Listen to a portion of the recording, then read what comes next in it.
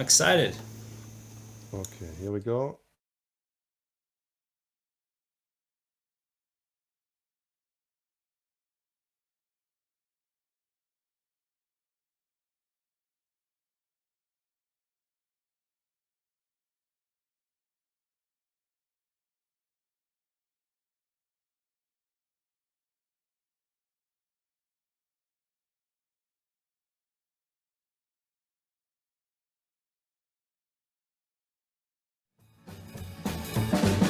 Let's talk rock and roll. The show where I talk to musicians, DJs, record collectors, and promoters about the music we love and live.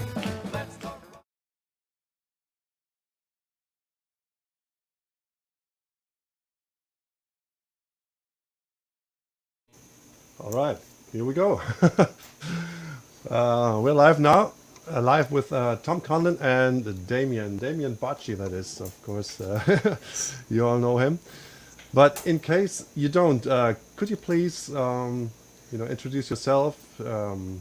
Maybe just a little bit, start with when did you start playing guitar, or when did you start like finding this music we're talking about, the music of the 50s and 1960s. And yeah, Damien, if you want to go first. Oh, me first. Put all the pressure on me. Okay. One has to be the first. Okay. So, well, I started playing. Can everyone hear me? Is that going on? I think so. Hopefully. I started hope- playing. And I just wanted to let you know there's like a 10 seconds or 8 to 10 seconds delay between when you ask something and the viewer actually Okay. can hear it, so yeah.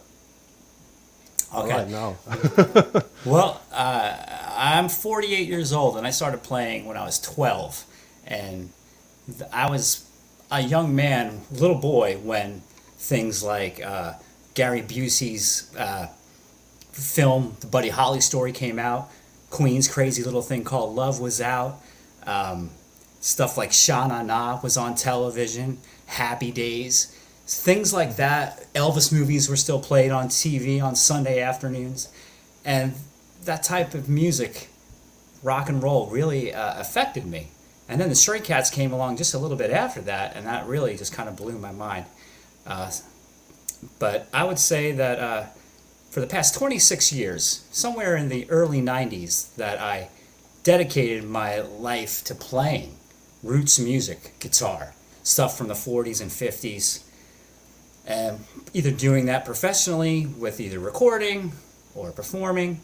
And then, in the last 15 years, I've made a dedication of my entire life to just teaching roots music guitar. And I've got four full-length courses, been teaching stuff on YouTube for free, just out of the sheer passion and enjoyment. Feel like I'm a curator of the style, and also I want to promote the music and keep it alive and well, which is why I'm doing it, because I love this type of music, and I just want to make like an encyclopedia, if you will, or a map where you can learn to play that style of music that kind of, not saying it doesn't exist anymore, but it's not as popular as it once was. And it's a mindset, it's a way of life, I don't know, I just love that style of music, and that's why I play it every day. So I've talked enough. Yeah. Tom? Very good. Yeah. Sure. So when I grew up, well, my dad, who's probably watching, is a huge Hello. fan of Elvis and doo-wop, and so growing up, that's what I heard. Remember listening in the car to Chuck Berry and Fats Domino and Buddy Holly and Elvis, and I always loved it since I heard it, probably since I was 5 years old. So that was just really my hook, the songs, beautiful songs. And when I started to play guitar, I really wanted to play the Beatles. I fell in love with the Beatles music, and I just wanted to learn all the chords I could learn. And I still love the rockabilly and the rock and roll songs from the pre-Beatles era. I still had a strong love for that.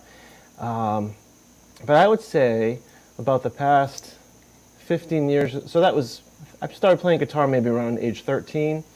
But at the time, I was also heavy into Nirvana and the things that were, which I still love that music too. But I decided over the last maybe about 15 years ago to really start and improve my playing. And so I started watching videos by Randy and by Damian. And I just really wanted to get better. I wanted to become a better player. I wanted to be able to play some lead. And I took some Skype lessons with Tommy Harkenrider, who's a big Roots guy. And I really started to focus on that. And then eventually I felt confident enough where I could start making some videos. And it's become something that I just really love to do with spare time. Because by day, I teach music in a public school. I teach chorus, and I teach actually middle school chorus and music. But I just have always loved the guitar and this style of music. And YouTube is a great way to reach out to so many people across the world. It's still a community of people that love this music, and it's just so great to make the, pick a song that I love that, like, I don't know if anybody knows or cares about this song, but I'm going to learn it and play it and put it on YouTube, and then to see people say, oh, I love this song, and it's such a great way to, to share that love for this music. So that's pretty much it for me, yeah. Cool. So, the way it works here in the show, I see a lot of familiar people in the chat, so you know how it goes. You can ask questions. I we really invite you to ask your questions. If you don't, then I just keep the ball rolling. And if you want to make sure that we read out your questions, you can use the super chat or attach a question to a PayPal donation to letstalk@randyrich.de, and then we just split it, divide it by the three of us. And if you're just in a generous holiday mood, then of course you can just donate without a question. But we're really happy, really welcome you to ask your questions, and the guys are happy to answer them. Yeah?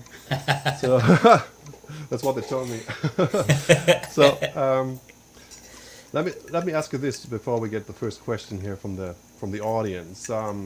Did you have a teacher, an actual guitar teacher,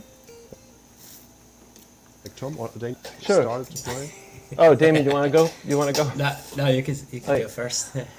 So at first I was more or less self-taught. Can you hear me, Randy? There you go. I was more or less self-taught on guitar, but I have had a handful of teachers over the years that I've learned different things from. But I would say it's kind of a mix. I've learned things from teachers, but I haven't had one teacher where I've gotten so much from. I've, along the way studied with different people and then kind of learned things on my own. So maybe like a mixture. Cool. No, I have not. I had one lesson in a local guitar store by my house, just a block away, and it was one of those things where I wanted to play guitar like most people because I wanted to be a rock star. I thought it was cool, and you wanted to rock. That's what I wanted to do, and the teacher was trying to teach me, stuff like. The Mel Bay books, which are they start, like, and that's not what I wanted to learn. I wanted to learn to do something like, I wanted to learn how to rock, and this wasn't happening. So of course I wasn't gonna practice the lesson that I was supposed to do for that one lesson that I had. I came back, and the guy was kind of like, I see you're not practicing. You're not putting any effort into this, and learning from the Mel Bay book just wasn't for me. That wasn't what I wanted to do. I wanted to learn how to. So it didn't work out. So I just taught myself. Just did a lot of ear training, and then of course I was a teenager in the 1980s. There was a lot of album tablature books. You could purchase a book on like Chuck Berry, And I learned a lot from. It sounds silly, but Metallica was big in the 1980s for a lot of people. It was big for me, and I bought a Master of Puppets guitar tablature book, and I learned a lot of stuff from that. It was pretty accurate, and I basically kind of learned from that book. But yeah, no formal lessons. Everything I learned from us was pretty much from just my ear. Because the lesson thing didn't work out. It was a rough start for me, because like I said, they wanted to teach me stuff like, Mary Had a Little Lamb, stuff like that. You can probably, and now I know you teach, Randy. How do you start your beginner students with? Do you go that approach, or do you, if it's... it really depends on the age. And Okay. When I have lots of kids in music school, so I start with very simple songs. Yes. Just open strings basically, and just Okay. doing like half notes and quarter notes, and then progress from there. Like if you have some teenagers. What do I have to? Well, if you have to, A little with the. I mean, if I have like teenagers coming in and they want to learn something,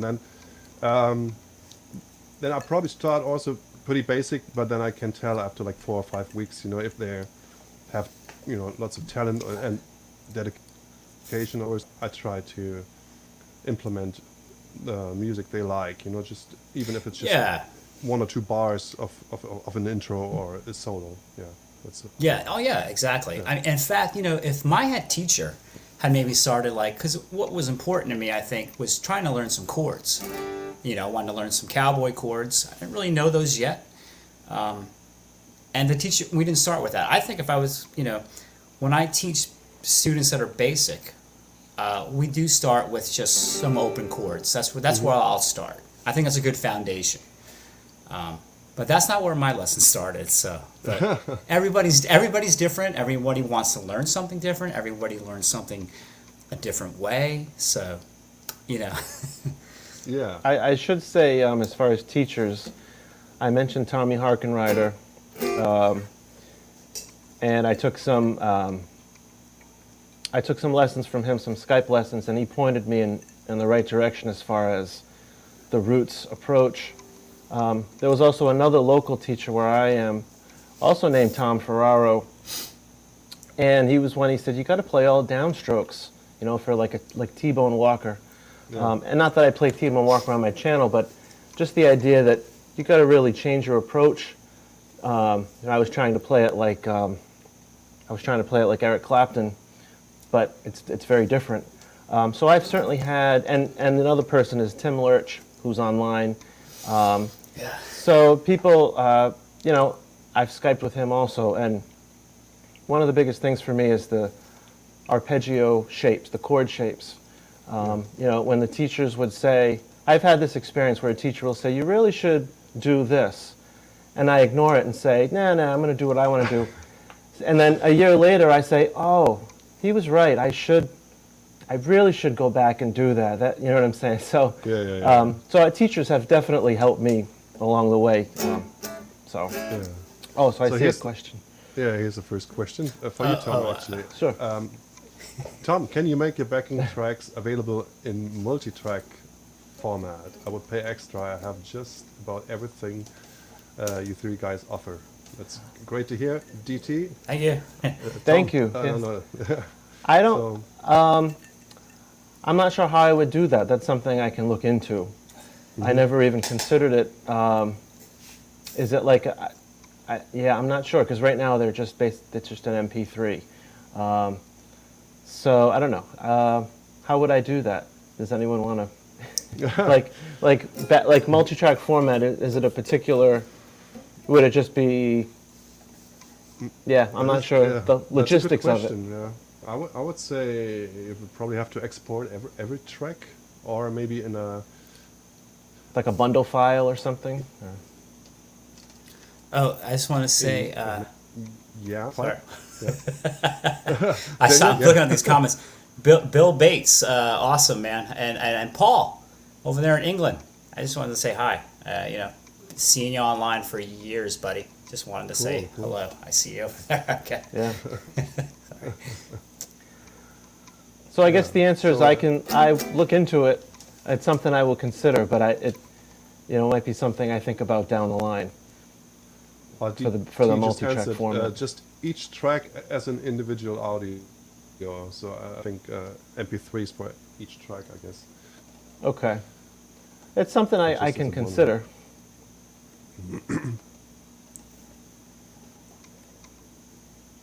Okay. Your dad. Oh yeah, there's my dad. Yeah. So here we have another question. What's the sound difference between a hollow body electric and a solid body? So, who wants to take? Go ahead, this one? Damian. No, they're asking Randy that. Well, no, for me, I'm just gonna say for me, I prefer to play on an arch top, semi-hollow body, hollow body. For me, I'm just more comfortable with that tone. There is nothing wrong with a solid body. To each their own, but that's what I just kind of gravitate to. To me, it's more warm. I don't. There's a difference to me that my ears hear, and that's where I feel most comfortable with always. When I got my first semi-hollow body when I was 17, maybe 16, never went back. I mean, and I don't know what it was that just gravitated me to that sound, but there's a big difference. But If you had to pick a solid body, like if there was suddenly a law enacted that said you can no longer play hollow yeah. bodies, what would you pick for a solid body? oh, you know what? Probably a Les Paul with the gold top with P90s. If that's what I had to do, you know, if it was good enough for Carl Perkins, it's good enough for me. And it sounds great. That setup sounds great. So that's what I would pick to play a Les Paul with P90s for sure, definitely. Cool. But I will talk about it a little later. I have put it over here. I have one of my favorite guitars sitting over here. Oh. But we'll. Is that a 125? Yeah, so I'll Beautiful. change guitars in a little bit, but that's one of my. I love that I'm the curator of that instrument right now. Oh my gosh, anyway, but So, and that Tom, thing. could- Woo! Okay. Tom, could you describe hard to describe the difference in the words? I mean, I it's think you can kind of hear it, but not always. Sometimes I think you think it's a hollow body, and especially if you have like a thin one, it's really hard like to tell the difference. Like for me, at least. Yeah. it's probably more about the player and how, I'm sure it changes how the player plays, and so, like if you love hollow bodies, then you're gonna play better if you play a hollow body. Yeah. And if you love, I've had hollow bodies, and I always end up selling them because I just never. Actually it was an Epiphone 295. It was an Epiphone version, but it was Yeah, I saw. You should have sold it to me. I would have bought one. I would have bought that. But I just never played it, and I needed to make some financial room, so I sold it, and but it's beautiful. I just for some reason I gravitate toward the solid bodies, and I don't know if you'd say maybe the hollow bodies have maybe a fuller sound, but like Randy said, sometimes you think it's one on a recording and you found it's another. So there's a lot of factors involved. I think number one is the player's relationship to the instrument and what that person might like. What they might, what makes them want to play. So we were talking when we talked last week. We were talking about Stratocasters and how I'm not necessarily comfortable playing them, at least in a roots music context. But that video footage of Buddy Merrill playing Buddy's Boogie on that Stratocaster, oh my God, his tone is unbelievable. Oh, it's so good. And you wouldn't, I mean, you would think that it was played on something else. But wow, man. And that's that little, everyone check it out. If you haven't seen it, which I'm sure a lot of people have here that are watching, but Buddy Merrill playing Buddy's Boogie.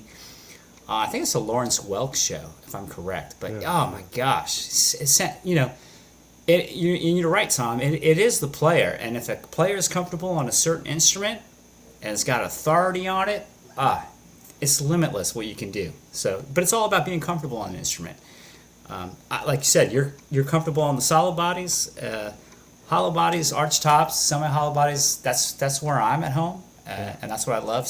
And that's what I kind of gravitate to. I was mentioning to Randy last week that I have a Telecaster, and I play it, and there's a lot of. Sometimes I'm amazed how well I can get at the sound, but it's not an instrument that I'm comfortable playing. I feel like I'm new to it each time I play it. Like I'm trying to figure out the sound that I want. But there's guys that play a Telecaster and that's home for them. It's not home base for me. But I do love the Telecaster. Great instrument. I mean, heck, if it was good enough for the first Led Zeppelin album, Jimmy Page, that's what. I mean, wow, what an incredible record and sound. So it's good enough for me as well. So. Yeah. So we got the first super chat from El Rondo. He's from Bavaria. Not too far away. Oh, hello, maybe hello. 4 or 5 hours south of me. And he's just thank you all for your work on YouTube. Special thanks to Damian, who has a little philosophical advice every time at the end of his videos. So. Yeah. Hey, so thank you very much for that. Appreciate that. Hey, and, I can elaborate on when it was, I don't know, 5 or 6 years ago, I just decided that on YouTube or online, whatever it was, Instagram, Facebook, there's so much negativity, if you will. And it's so cool to be, shame this and shame that. I thought, why don't we bring some positivity to the platform, if we can? Why not? Because only good can come out of that. So I thought, let's just end with a positive message if we can. And also, you never know who it's going to affect. Everyone's going through different things at different times. And maybe a small little 3-sentence thing is going to make someone's day, make their month, make them think differently. I think that's important.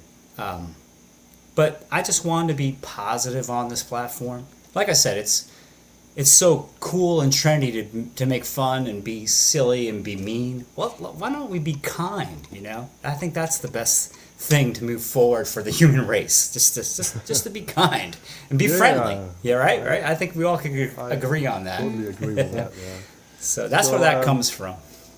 But thank you very much, El Rondo. Appreciate it. Yeah, and if you want to follow El Rondo, and help the channel and the two guys with me, Tom Conlon and Damian Bacci, he can also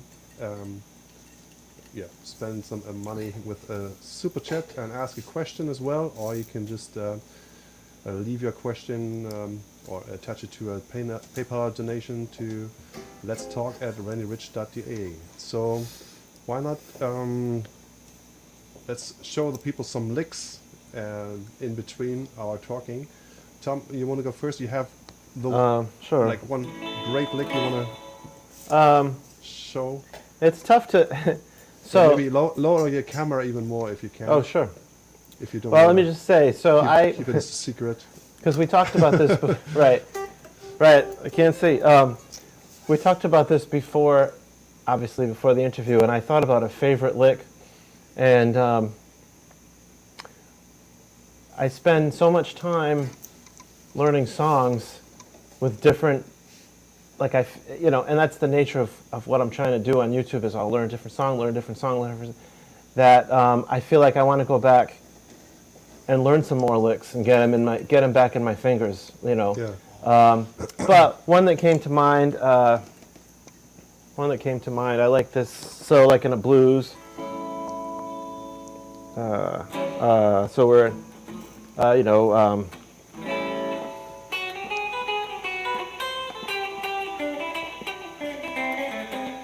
so like something like, can you hear it okay? Yeah. So you're coming down from E.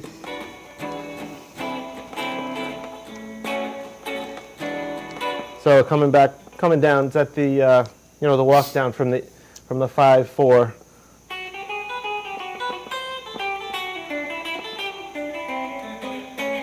Something like that. I really think that's cool. I also like the. Can you slow that down even? Oh yes, yes. Yeah.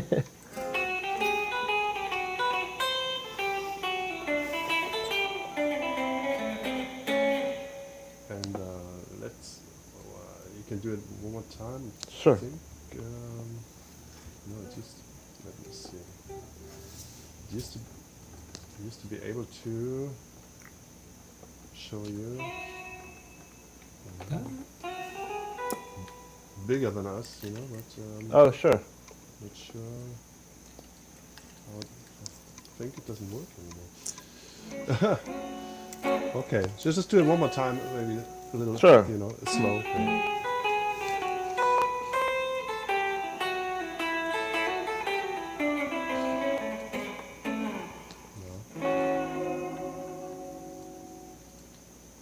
Cool. Yeah. I like from so many options. So let's see if we have another question.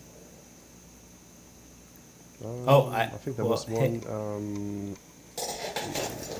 I have a question. Scroll here. Well, I have a statement. A question and a state. Is it a question or a statement? I'm not sure, but All right. I have my guitar here. So I have a question for the viewers and for Randy and Tom. But so let me. In my videos, I've said, well, of course. Well, here, if we can hear me. Yeah. This always was, so very quickly, always was a fan of roots music, like I said earlier in the beginning. But for the most part, I was just introduced to Chuck Berry's music. I also really enjoyed the Beach Boys. That was something that my parents had in their record collection. And I really dug, fun stuff like, their rock and roll stuff. Mm-hmm. And as a young teenager in the 80s, I obviously was learning new wave, metal, and I liked punk rock. But I always wanted to be as good as I could be on the guitar. So obviously, thrash metal and metal was something very big in my, in what I was doing and with my life. But when Nirvana came, I still like that, but it killed the whole showmanship, the whole,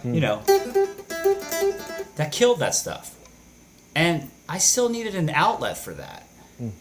And around 93, I dived deep into rockabilly music, which was all about guitar solos.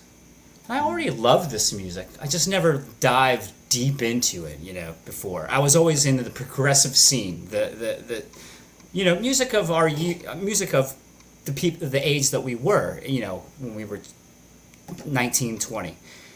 But when the music started to change, when rap was introduced into metal, Metallica was no longer doing guitar solos, the Seattle scene was alive and kicking it. And there was nothing wrong with that. But as a player, I still wanted to do, noodle around. And diving into rockabilly music kind of just took me on a path where I stayed for the rest of my life. And, I enjoyed rockabilly music. I dug it, loved Scotty Moore.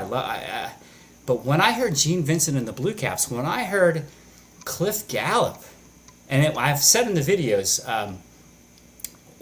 in my lessons, when I heard Race with the Devil, that's what solidified a lifelong passion for this music. But also there was a tune. Let me turn the echo off here. There was. I'm not sure if anyone knows this. Well, there's probably people who know it. But when I heard this, so I was listening to a lot of different things at that point. But there was a couple of players and tunes that just made me be like, rockabilly music and roots music in general is my life's passion. And this, let's see if I can play. I haven't even practiced this.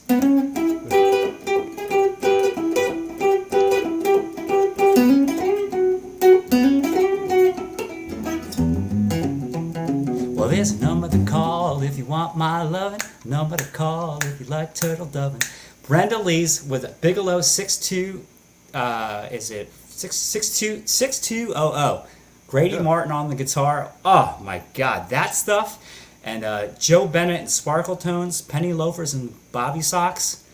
That stuff like solidified me into just being, I'm all about this rockabilly thing. You know, and in fact, a turn. And the Cliff Gallup thing, I remember once when the internet was new, But Damian, just, somebody had. Oh, can you hear me? Wait, yeah. Oh, sorry. Brenda Lee, it's her birthday today, actually. Today? Oh my gosh, I Yeah, didn't so- even know that. Awesome. Oh, gosh, yes. So I was really like, you picked Bigelow, and yeah, it's. Her I birthday. love that song. That was, like I said, that was Yeah. one. That was a top 3 all the time playing it. Oh my gosh, I just. She was like, I don't want to say anything wrong, but how old? Maybe somebody in the comments knows how old she was when very she was young, because she probably was. I think she 14, was 15. penned as Little Brenda Lee at that point. Yeah. But the Cliff Gallup stuff. Let me see if I can. There we go.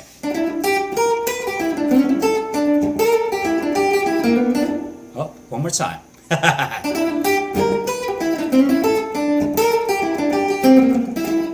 What? Third's the time. Let me tell you something real fast. 10 years ago, I did an interview, and I said to myself, I'll never do it again, because I made mistakes like that. And I like to say and like. I sound like a valley girl when I talk a lot. And I hate that about that. So I usually decline any type of interview or live thing. But when Randy asked me, I was like, man, I can't say no to Randy. So here I am, 10 years later, making mistakes, live. We all do. But We all do. yes, yeah, we all do. Here, So, this is going to be. Wait, well, We have go. another question. We have another question from Paul.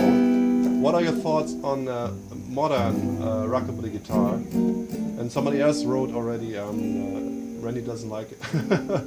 So yeah, I could never get too much into modern rockabilly. I mean, I can appreciate the playing and the songs and the creativity that goes into it.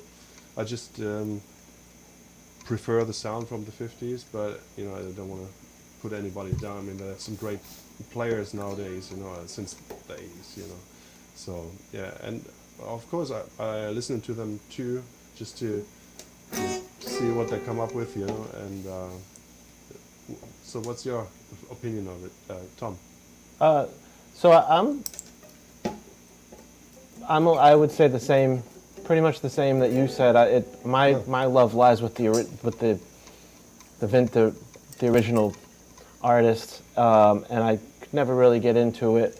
But as far as modern surf guitar goes, I do really like Los Straitjackets. I actually went to see them this past summer. So I'll hear things every so often that I like, if it's modern rockabilly or modern surf.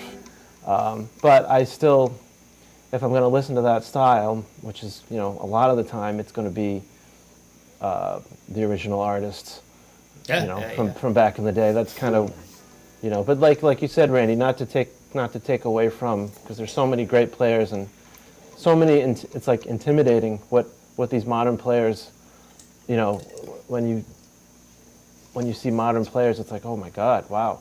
There's a lot, like you said, a lot of great players, but my heart is with the old stuff, How about you, Damian? Well, I listen to a lot of different stuff.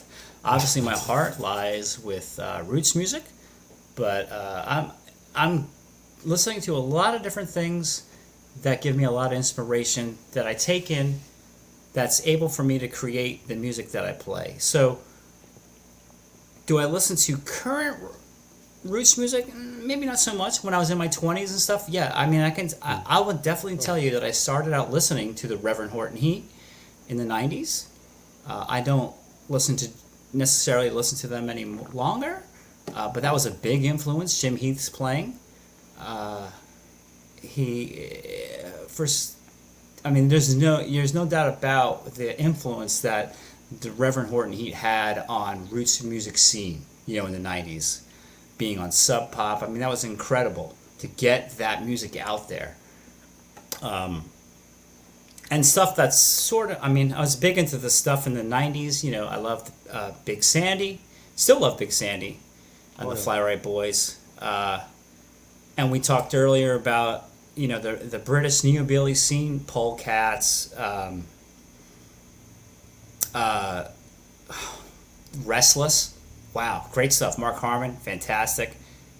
And, I never really got into psychobilly. I could appreciate it. But I do like what people are doing nowadays, especially with the Wild Records scene there over there on the west coast of America. Yeah. Really cool stuff. Anything that promotes roots music, if you're going to do a little twist on it, that's great. I mean, my headspace right now, I'm all about 40s and early 50s stuff. That's where I'm at, I'm constantly listening to Western swing, and that's what I enjoy. If the young kids, like when I was young myself, trying to put their own little spin on things with a little bit of twist, a modern twist, I'm all about that. I mean, anything to keep guitar music alive, man, I'm all for that, whatever it is. And of course, anything with, blues based, I'm all for pushing that along. I love that. And there's a lot of, you don't think about it, but there is a lot of people and young people that are pushing the envelope for blues-based music, and I think that's great. That's an awesome thing. Yeah, I agree. So we have so Bigelow was recorded in '56, and Brenda Lee was born in '44, so she was 12 years old. 12 years old. So, Wow. Yeah. So '78 was right. She turned 78 today, and happy birthday, Brenda Lee. Exactly. Well, wait, Randy, before you, I gotta let me do my little tribute to Cliff Gallup here. Who wants to hear that? Let's see if I have one chance to get it right. Here we go.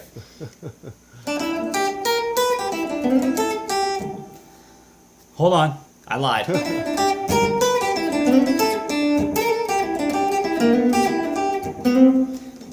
Wait, hold on.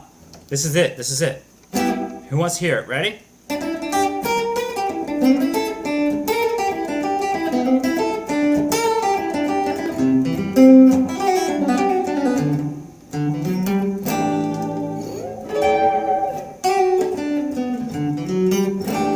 Oh man, we're trying here.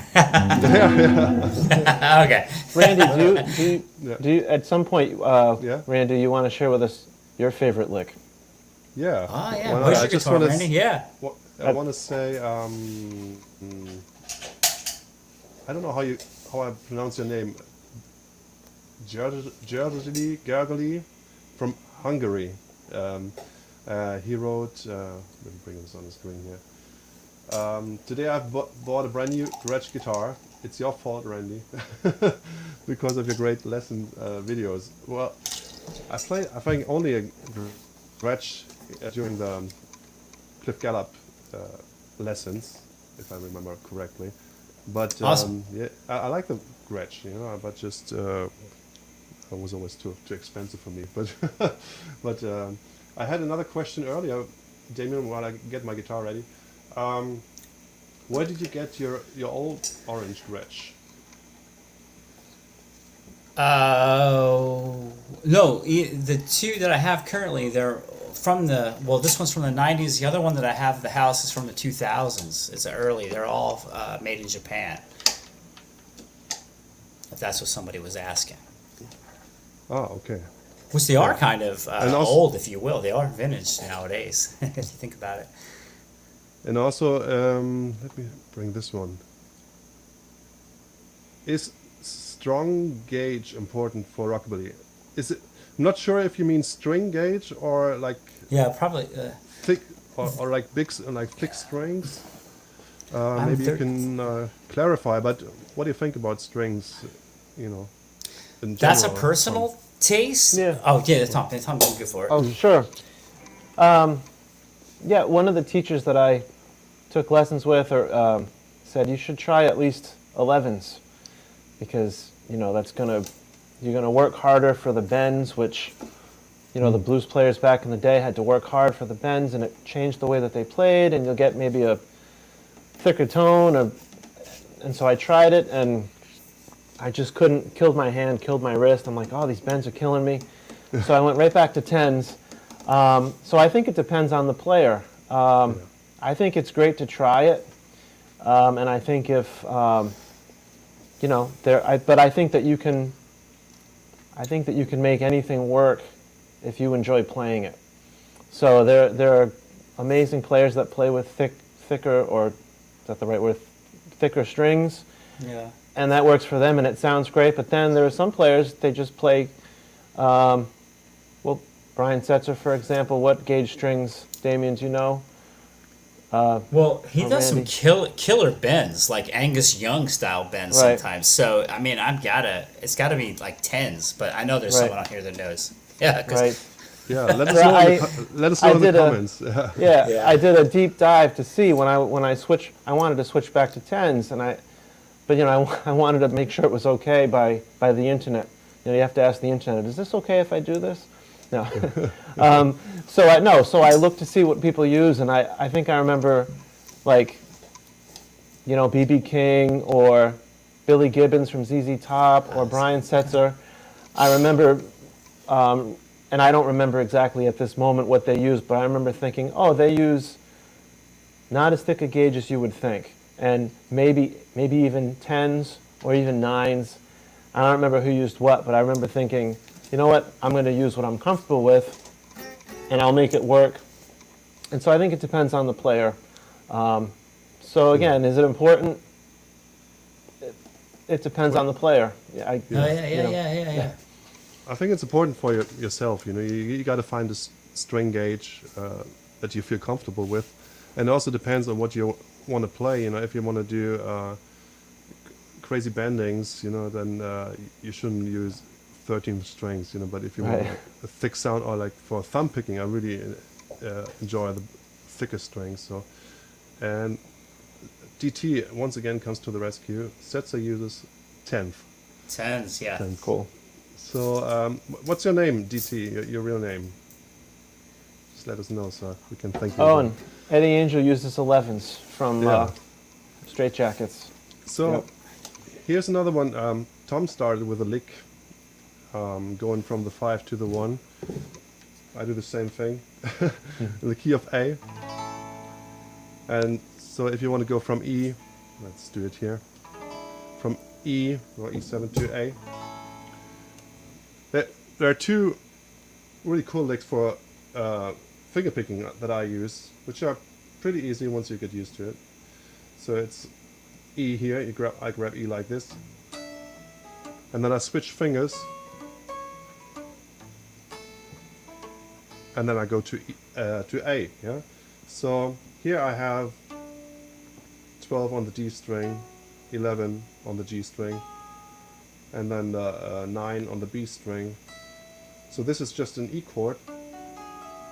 The pinky is on 12.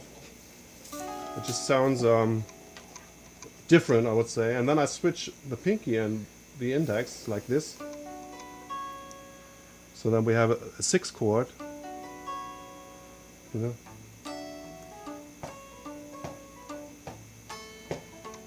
And back to A. So this is very short but effective lick, and I do the same here. Can you see? Yeah. Actually, I figured out how I bring myself in solo mode. So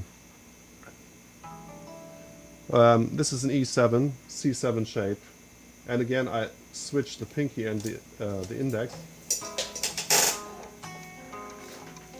Oh, nice. and back to A. Yeah, one more time. So just a C7 shape, and switch out the pinky and the index, the strings. Might take some time to get used to it. And I think, not sure, but I think this is an augmented 9 chord here. Got the rate 5th here, the C. So yeah, if you like that,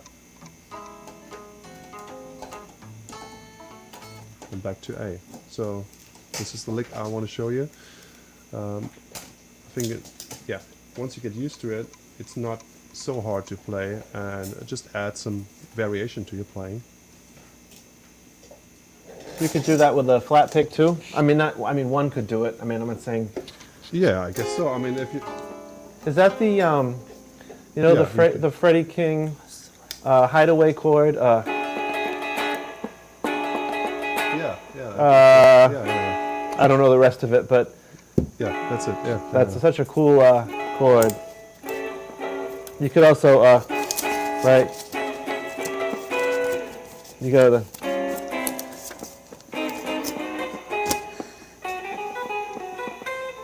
Yeah, but yeah, that's such a cool. Yeah. Yeah, Sounds great. It's a cool lick that you can use, and that's not so common, you know, Right. not cliche. And the augmented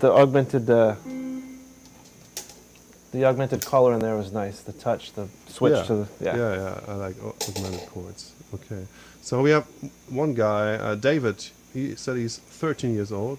If I Hey, David. Hi, David. Yeah, I think he said he's 13 and he tries to bring back the sound to popularity. Yeah, good. I'm all about that for sure. That's awesome. Yeah. So, okay, here's another question. So, what's everyone's favorite guitar for beginners? Beginners. Let me start. I think there's not really a guitar for beginners. I mean, unless you're like a kid, like 6-7 years old, I would probably go for like a classical guitar, half size, because the strings are softer, so it's easier on the fingers. But yeah, I don't think there's like a special guitar for beginners. But what was your first guitar? My first guitar was a Czechoslovakian. Back then it was Czechoslovakia. Les Paul. That I bought Cool. Cool. Just after the wall came down, you know, and it was just way too heavy for me.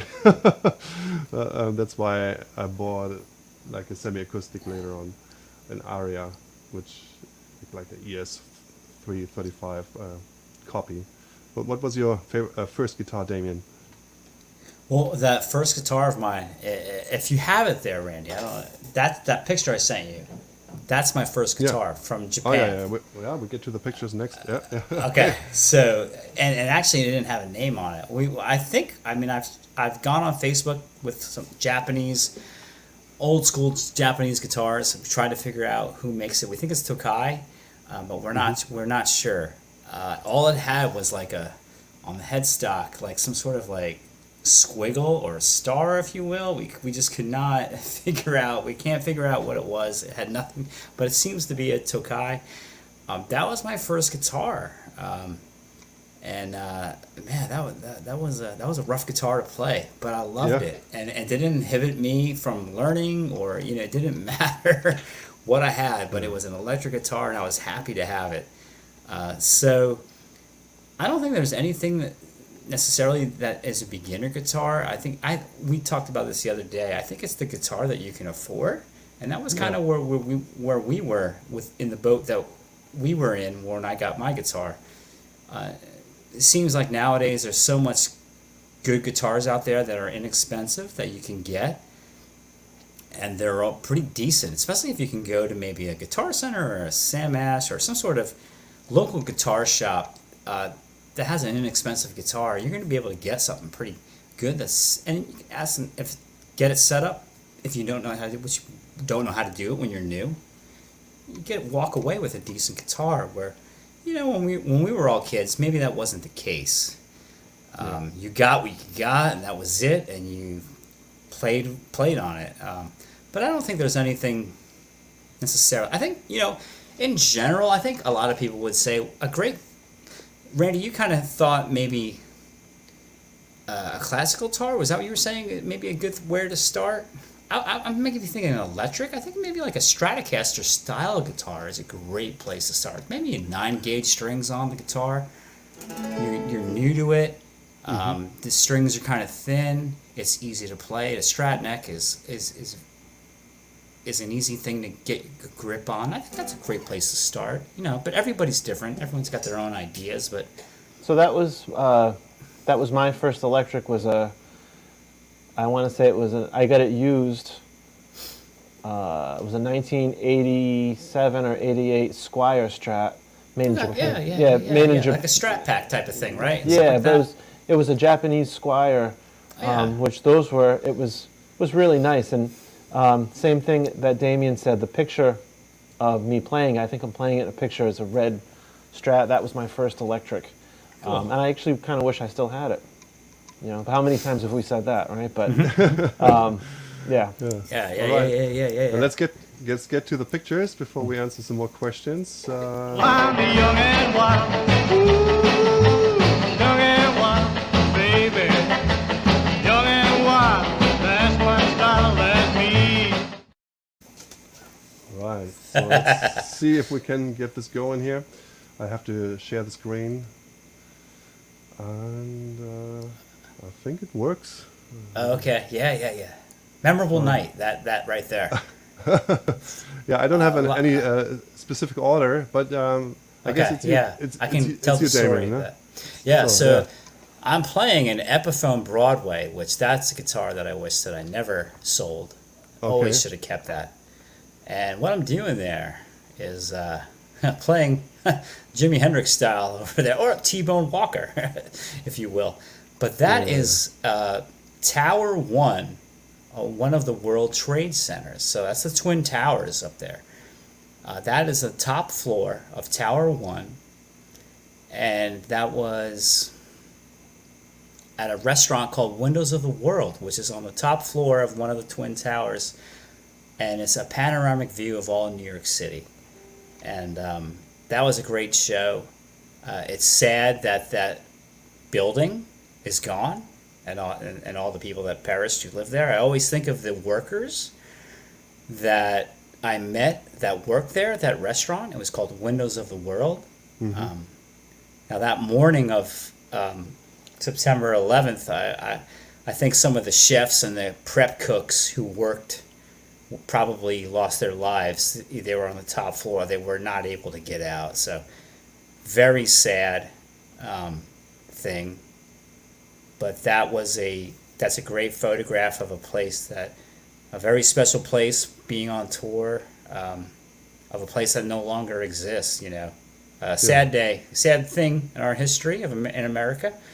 But that was in the world, one of the Twin Towers on top there. It was an exciting time. In fact, that show, all my family came out to that. It was a big deal to be on that tour, to play that night. My parents, my grandparents came out.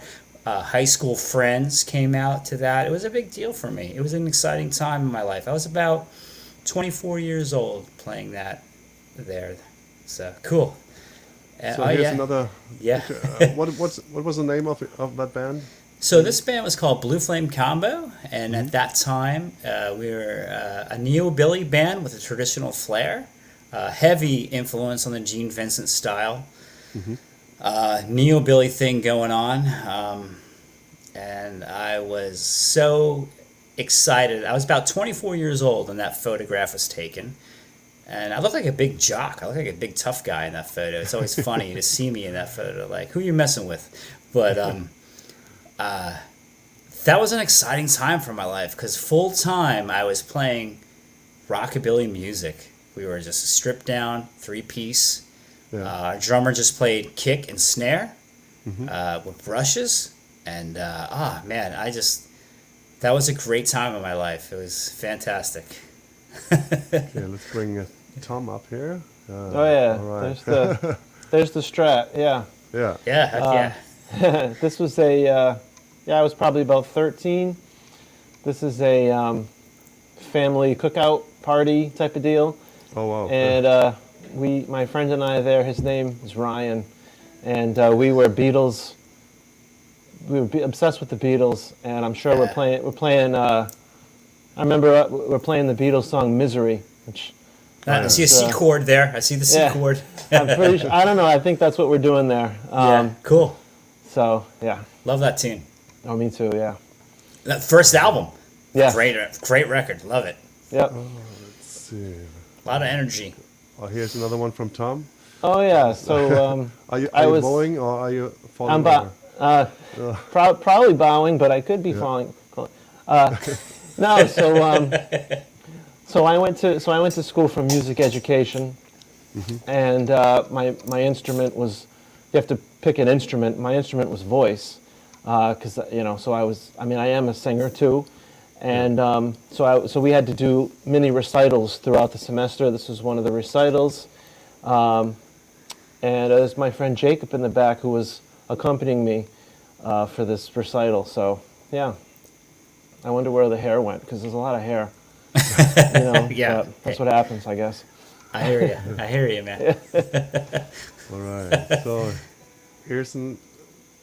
Oh yeah, there we go. That's that Talking about guitar. the That's the first first guitar, guitar. Wow. Yeah, that's the little star that we can't figure out what the little circle. I don't know, man. If anyone was like, hey, I had something like that, let me know, because like I've tried with the best to figure out what exactly who made that, but I actually I had the spiral cable. I had that one too. Oh, when yeah, it- yeah, when we it had- started out. and my amp was not much better. And you can see, look at the way I'm wearing the guitar strap. I've got it all like Oh, yeah, wonky, wow. yeah. And wanna playing be a G different. chord. So this is in my grandma's backyard. Okay. Playing this is my first gig for the family.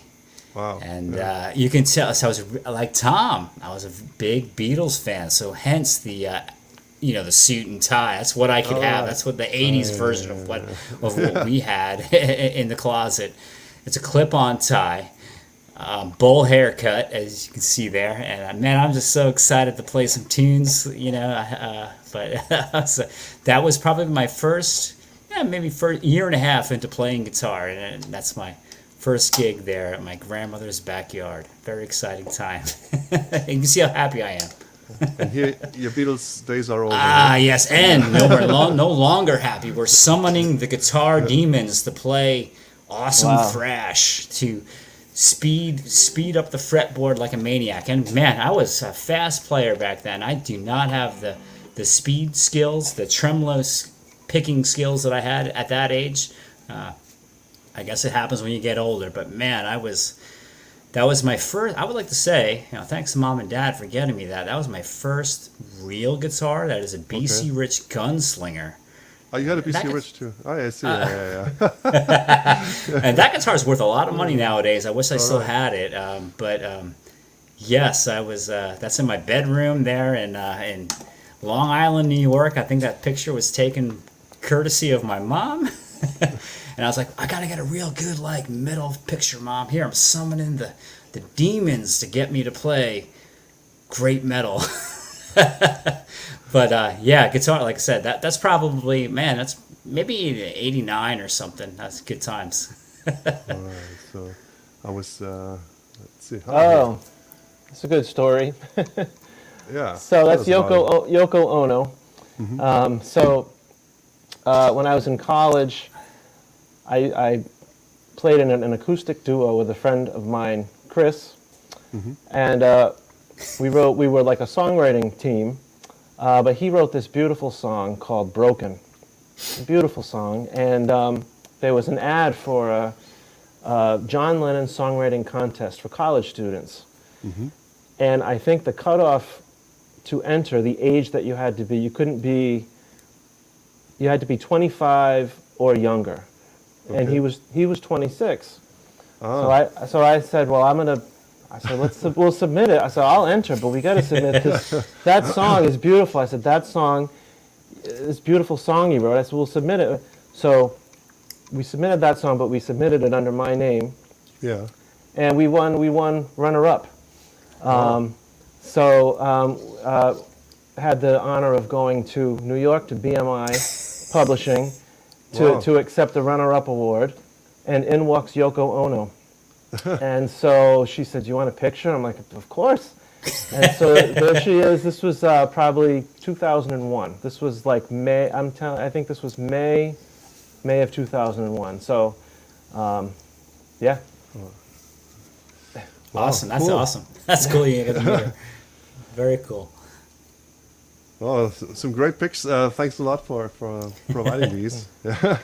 So Tom, I got a question. I have a question for you, Tom. Yeah. I have my own opinion on it. What's your favorite Beatles album? Oh, the White Album.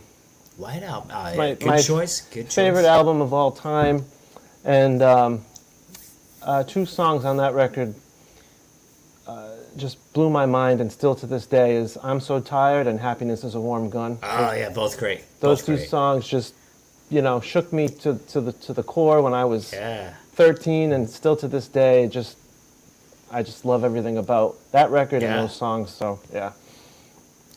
For me, being I do have a love for the earlier albums. I just said Yeah. "Please Please Me" is one of my favorites, most because of the rock and roll aspect of the tunes. But man, as a guitar player, as a lover of tone, and ability to play awesomely, for me it's Abbey Road. It's like a great. precursor to what what 70s rock would evolve into, and they're just they're top-notch players at that point. Beautiful lines and quotes played by them, great songwriting. So Abbey Road for me is their my favorite album, and for me it's like their greatest guitar album. Lots of guitar, on that record. I mean, it's such by John and George.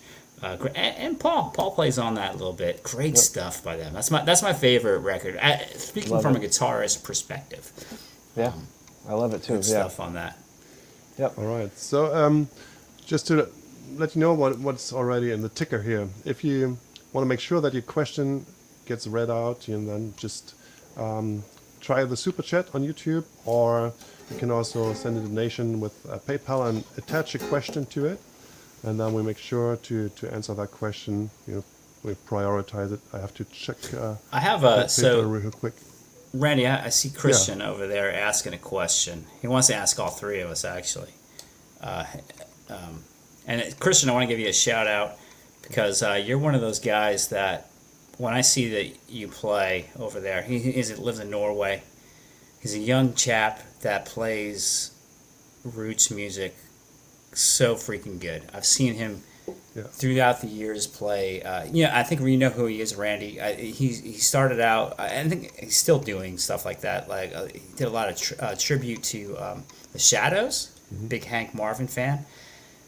And now I see him playing a lot of rockabilly. And man, he's so good. The band he plays in, they're so good. And love watching all your stuff on Facebook. Always watching it.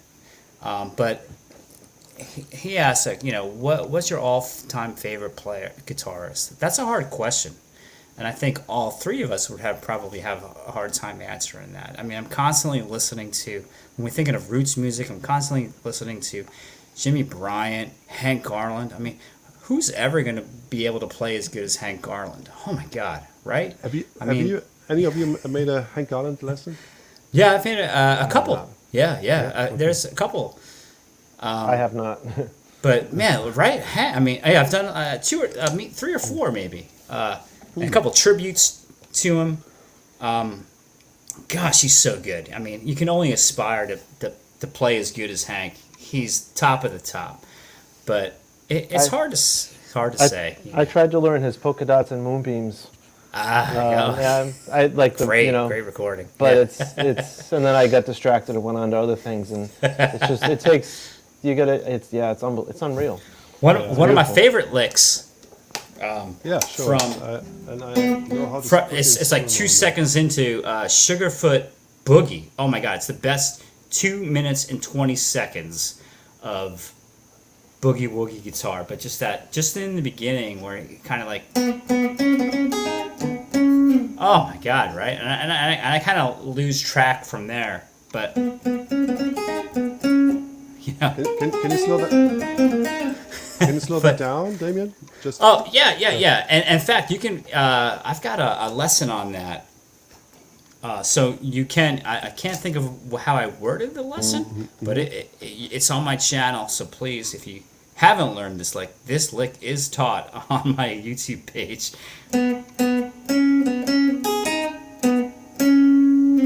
And yeah, like.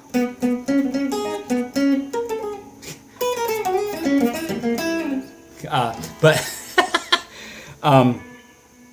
yeah, Tom's already got it. Tom's already. All right. So very good. You learned something.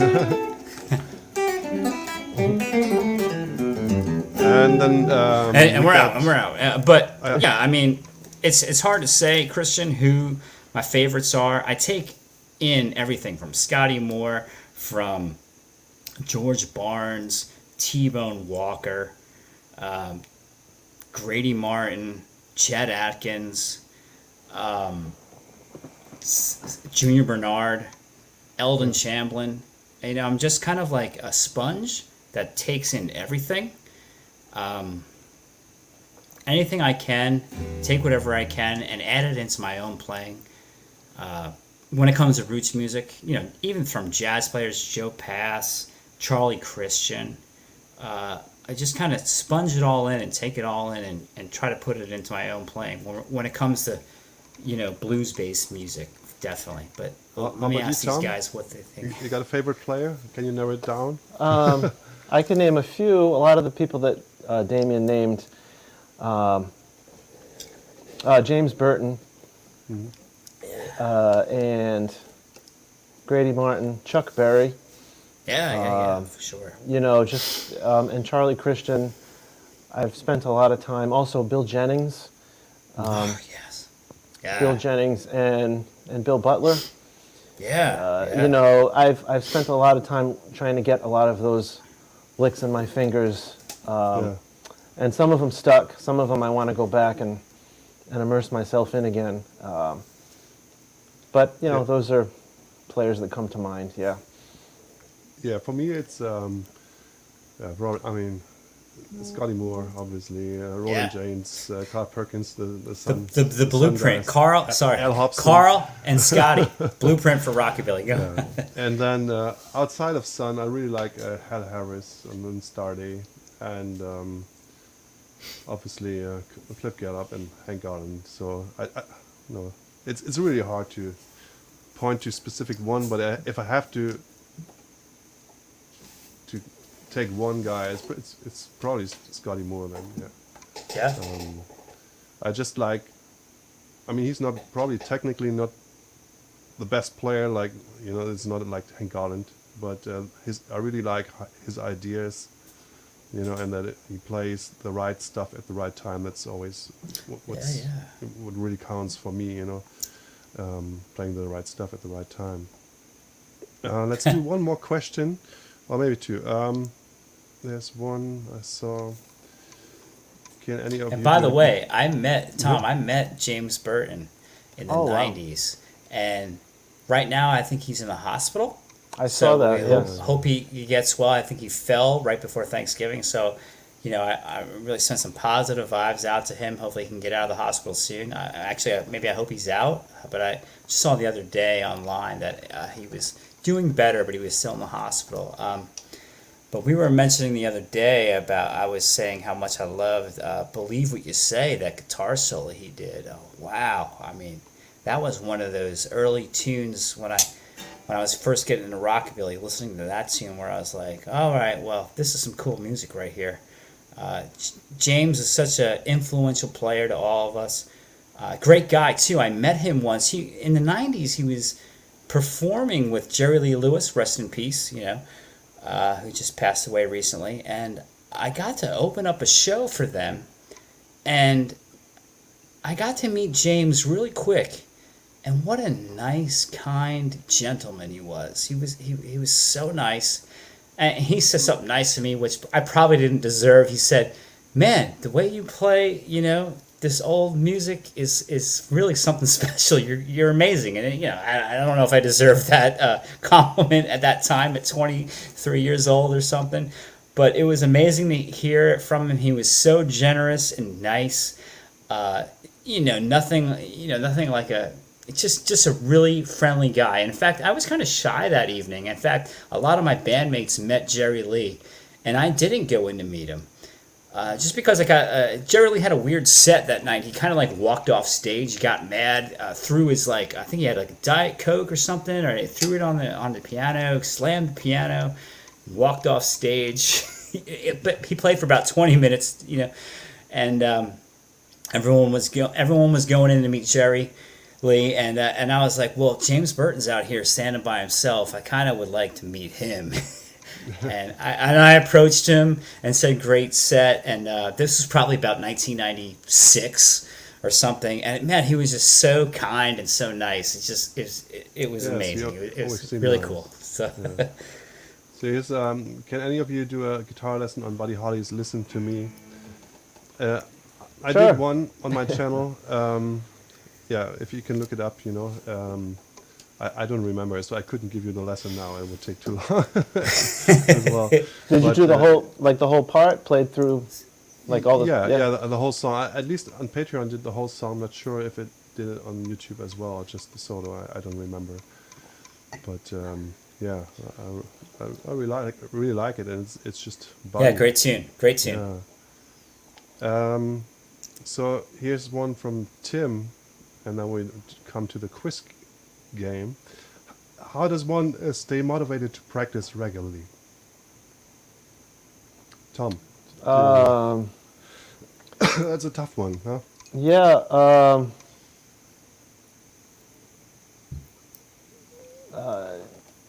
Maybe sometimes if you get, I don't know, move on.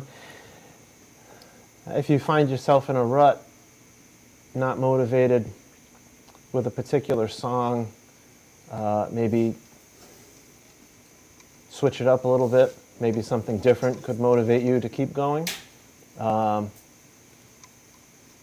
don't know. I mean, you keep listening to different things. I try to discover new music, or new to me. Randy just gave me the titles of a few Ricky Nelson songs that I hadn't heard, and it sort of set me off. Wow, these are great tunes. I got to learn these. Maybe I could, sing one of them, or so. I don't know. Maybe discovering new things. Whatever is going to keep, I mean, yourself. So maybe if you know something about yourself that's going to keep you motivated, like for me, learning something new or learning a new song, that's going to keep me motivated to keep making music and keep wanting to play. That's what I'm going to chase. Because there are definitely moments where you feel like, I'm not feeling this, I'm not into this, I'm not, but if there's just a kernel of something in what you're doing to make you keep going, eventually you start to feel like, oh, I really enjoy this again, so. Yeah. So, Damian and Tom, you both offer great products that you throw in for the quiz game here, and I just want to bring it on screen real quick. Let me see.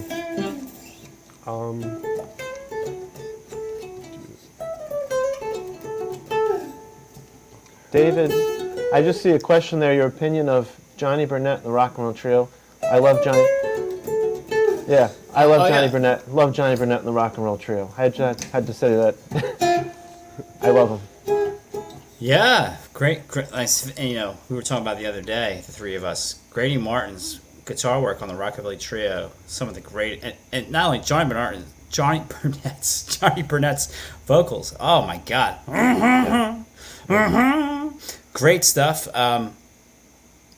Rockabilly Boogie, one of my favorite rockabilly songs, one of my favorite rockabilly solos.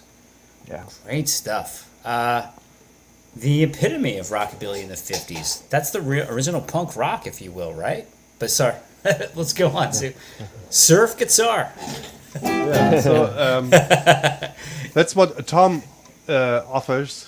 Yep. For the quiz game, and of course you can pick it up at his store. I'm gonna share his address, on his website later on. And then from Damian we have the Ultimate Rockabilly Guitar, and I think you have a course on DVD and also to download. Is that right, Damian? Yes. So that's the my rockabilly offering that you can find on my website. And my favorite really is my jump blues course, Good Rockin' Guitar. And what I find, I love mixing both of those styles together. For me, that's the essence of playing over blues-based music, mixing the rockabilly, mixing the jump blues, throwing in the jazz. But this course, if you want that 50s thing going on, I think this is a great place to start, along with Randy stuff, Tom stuff, looking up there. You can learn from everybody online. It's not like this is one guy to learn from. You learn from everybody. There's so much to learn, so much to take in. It's only going to help your playing to learn from everybody. There isn't just one person to learn from. So obviously everyone here that's watching, is watching Tom's stuff, Randy's stuff. And I wanted to say, that last question about inspiration, I've been there where I remember in the 90s I was stuck with am I going to get any better? And I've had people write to me and say, hey, I'm stuck in a rut. And I think we've all been there. Randy, I'm sure you've been there. Tom, I'm sure you've been there. Everyone's been there. But, I can honestly say for the past, 15 years or so, I haven't had a rut. I'm just constantly gaining information and having a great time. I think you just got to stay focused and just keep listening to all different types of music. And don't be too hard on yourself. That's the most important thing. Take it slowly. Not everyone's going to learn everything right away. There's lessons that I've put on YouTube that seem like I'm some magician, but I'm not. I worked hard at it. I worked day to day on it. Sometimes I worked a month to gain the skills to play that lick right there when I press record.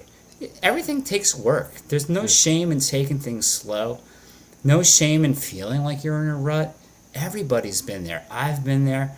But just keep working out what you love. Play what you like. And I think you'll find the results rather gratifying once you put some time and some effort. I've heard this said countless times. They always say, what's the secret to getting good on guitar? We've all heard this. Practice, practice, practice. Yeah. I practice all the time. There's a lot of things that I hear that I've got to slow down and work out and play daily because I'm not going to get it if I can't. And people has heard me make mistakes today when I'm trying to play something that I know how to play. So it's just natural to make mistakes or to be bummed out about something, to not have that what you want to be able to. Just keep practicing at it. Guarantee it.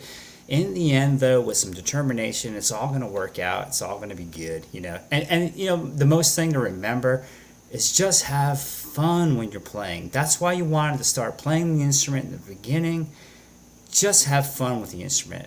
And I can tell you that I have fun listening to music, playing this instrument. I'm having fun talking to y'all, looking at the comments. I'm not being able to respond to these comments necessarily, but I'm seeing them over here, and I'm having a great time looking at that. So anyway.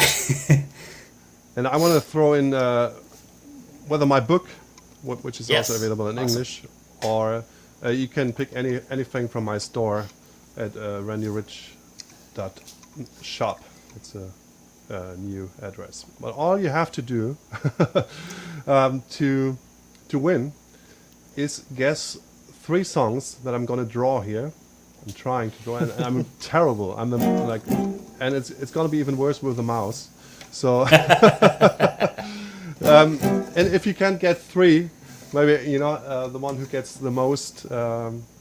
But just wait until I'm finished with the 3. Yeah, and then you post your results in the comments, and then you get those 3 products if you can guess it.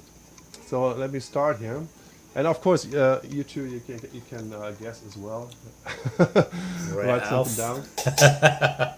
All right, so here we go. Let's start easy. I hope.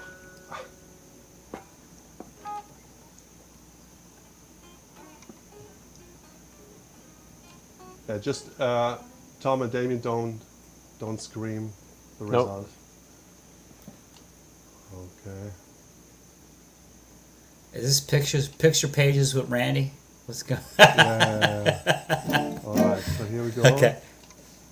And now it gets easier. Oh, I know this, and I didn't even study. So this is the first one. Yeah. Spaceship.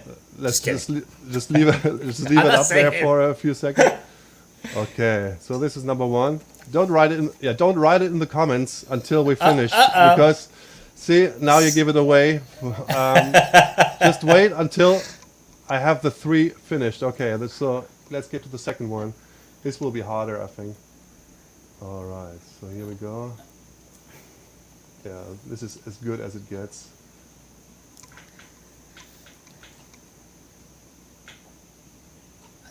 Yeah. Yeah, I know, but You're a great artist, Randy. I know. I should have. Yeah, you should have. I should have been in this business. Yes, I think you're.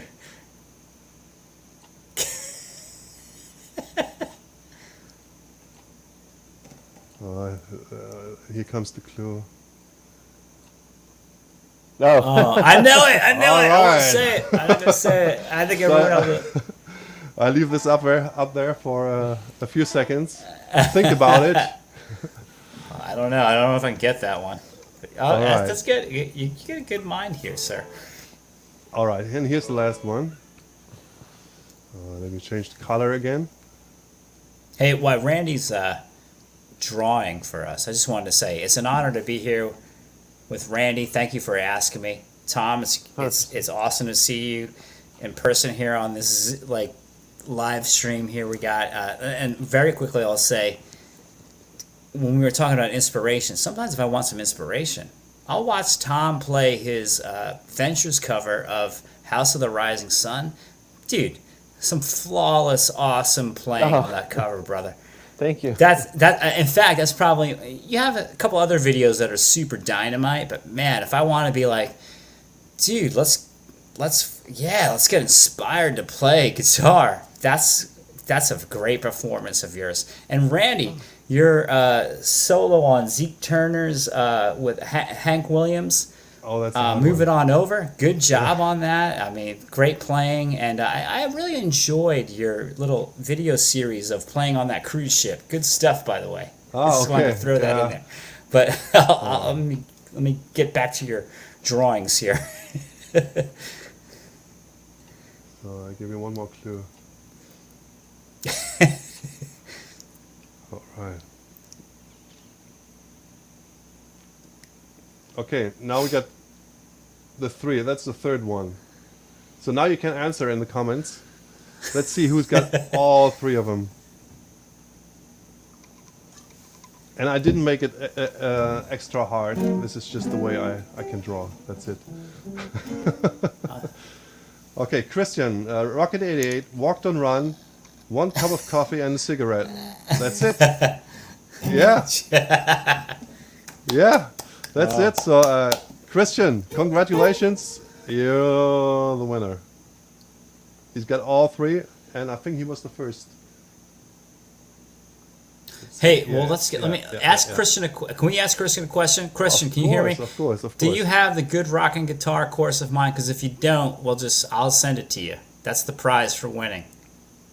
Hopefully you don't have it. Let's see what he says. I know he's on there, so he can hear me.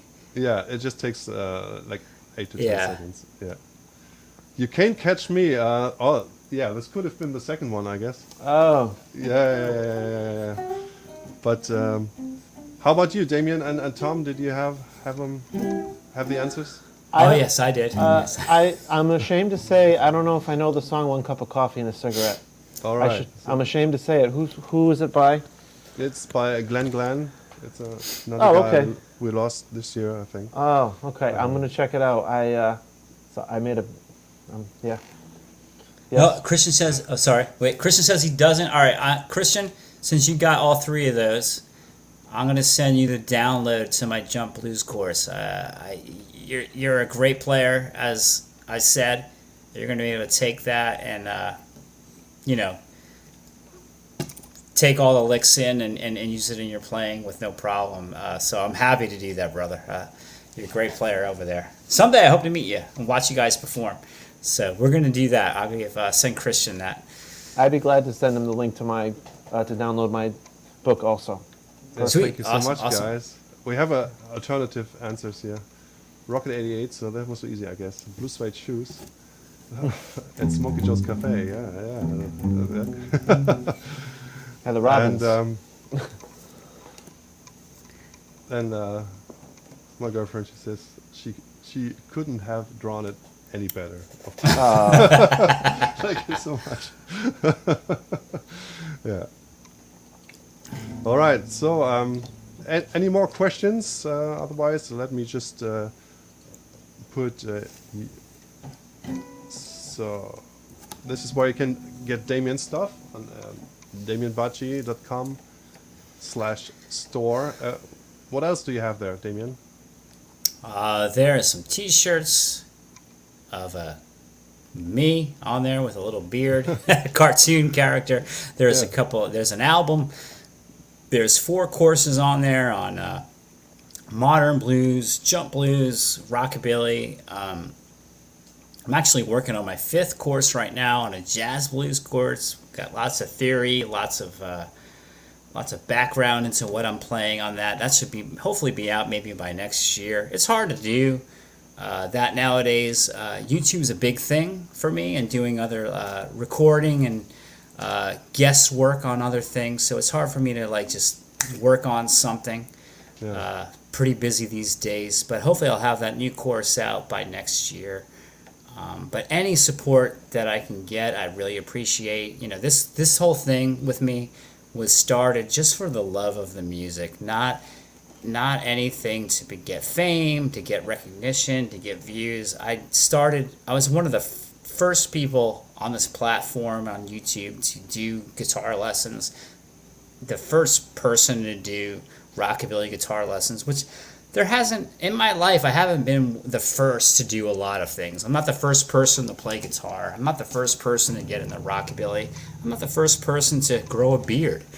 But I am proud of the fact that I'm the first person to ever teach rockabilly guitar online. And I'm proud of that. And I'm grateful for the opportunity to do so, because without the people that watch the lessons, I wouldn't be here talking to you two great guys, so very thankful for everything that's happened.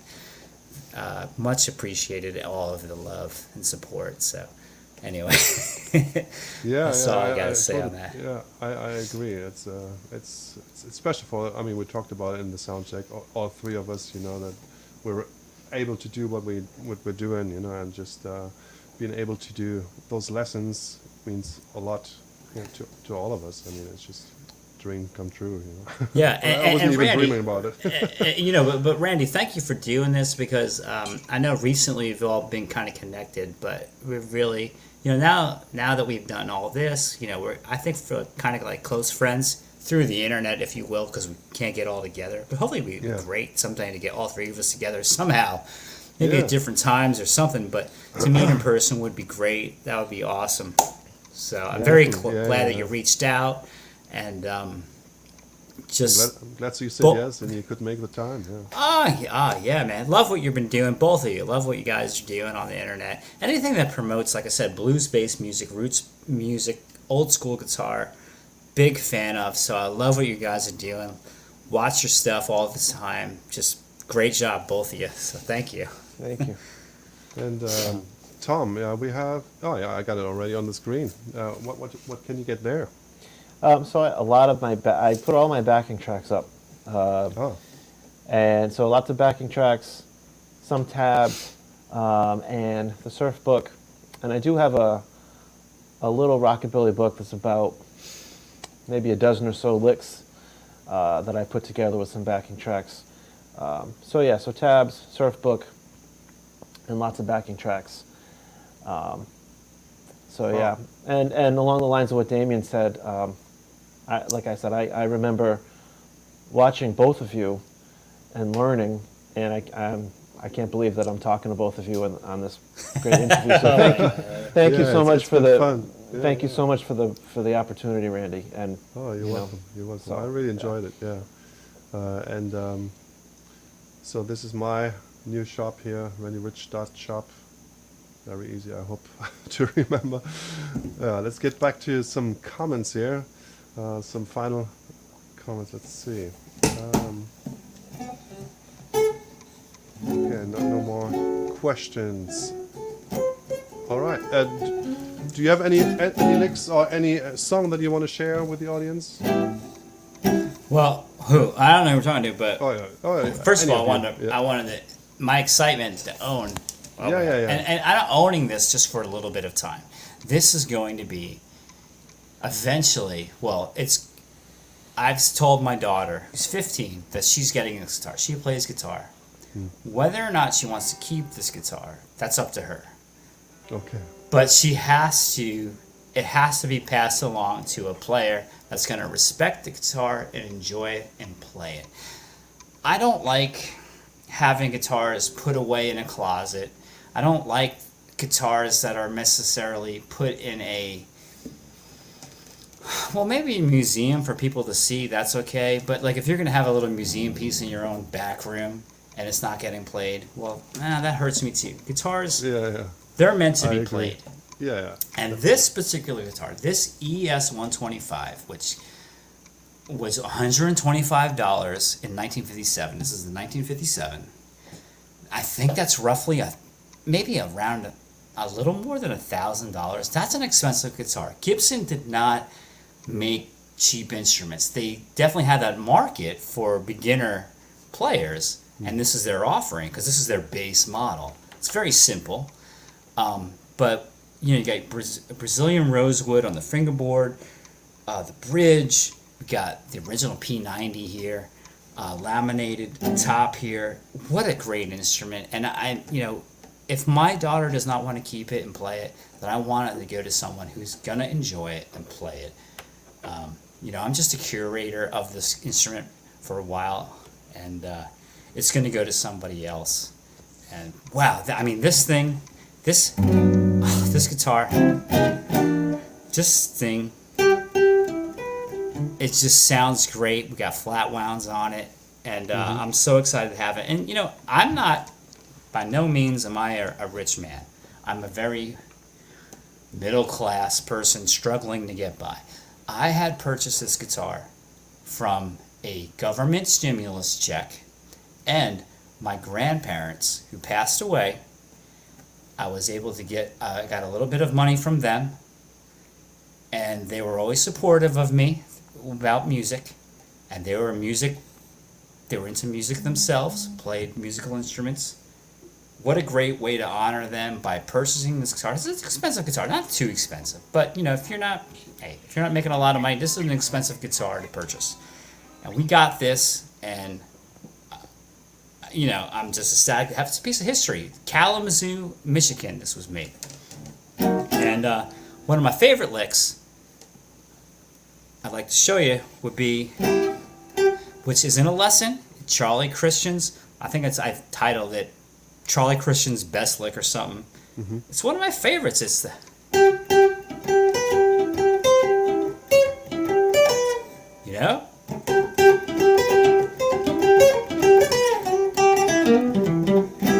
I'm going to show you how to play it in the lesson. Yeah, and what key? We're playing in G, and it's movable. It's a movable lick. Let's see. Let's.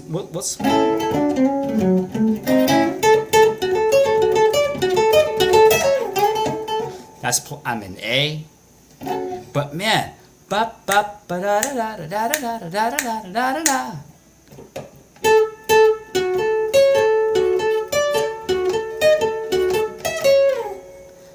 less, all day I'll take that. All day.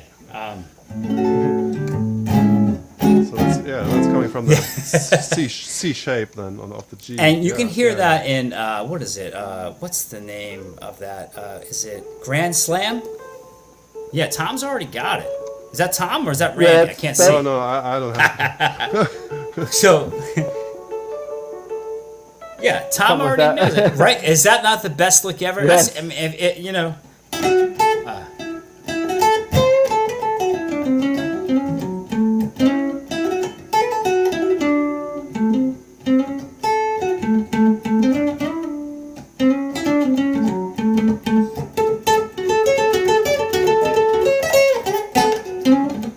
Yeah. Oh my God.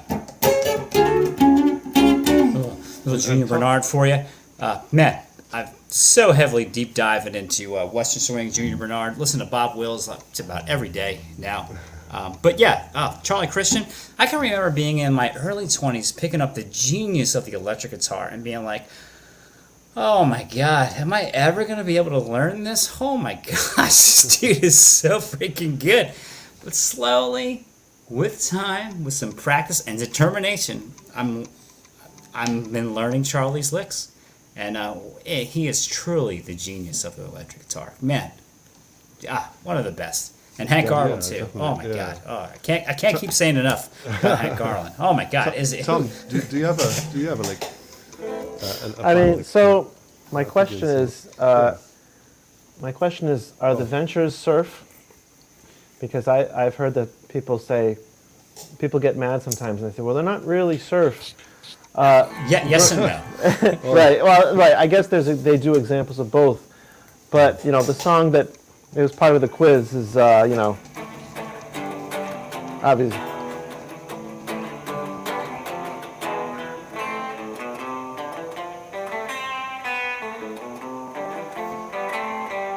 Yeah. Right. Hell yeah. That's surf. I think so. Yeah, Right. yeah.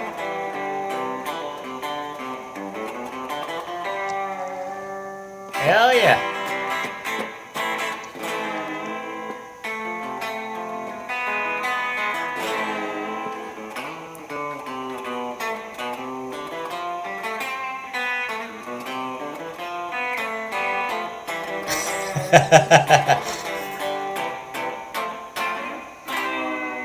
Oh yeah. Right. Yeah, So that's great. Yeah, that's one of my favorite too. I One of the it's best such a- songs ever. Such a classic, but yeah.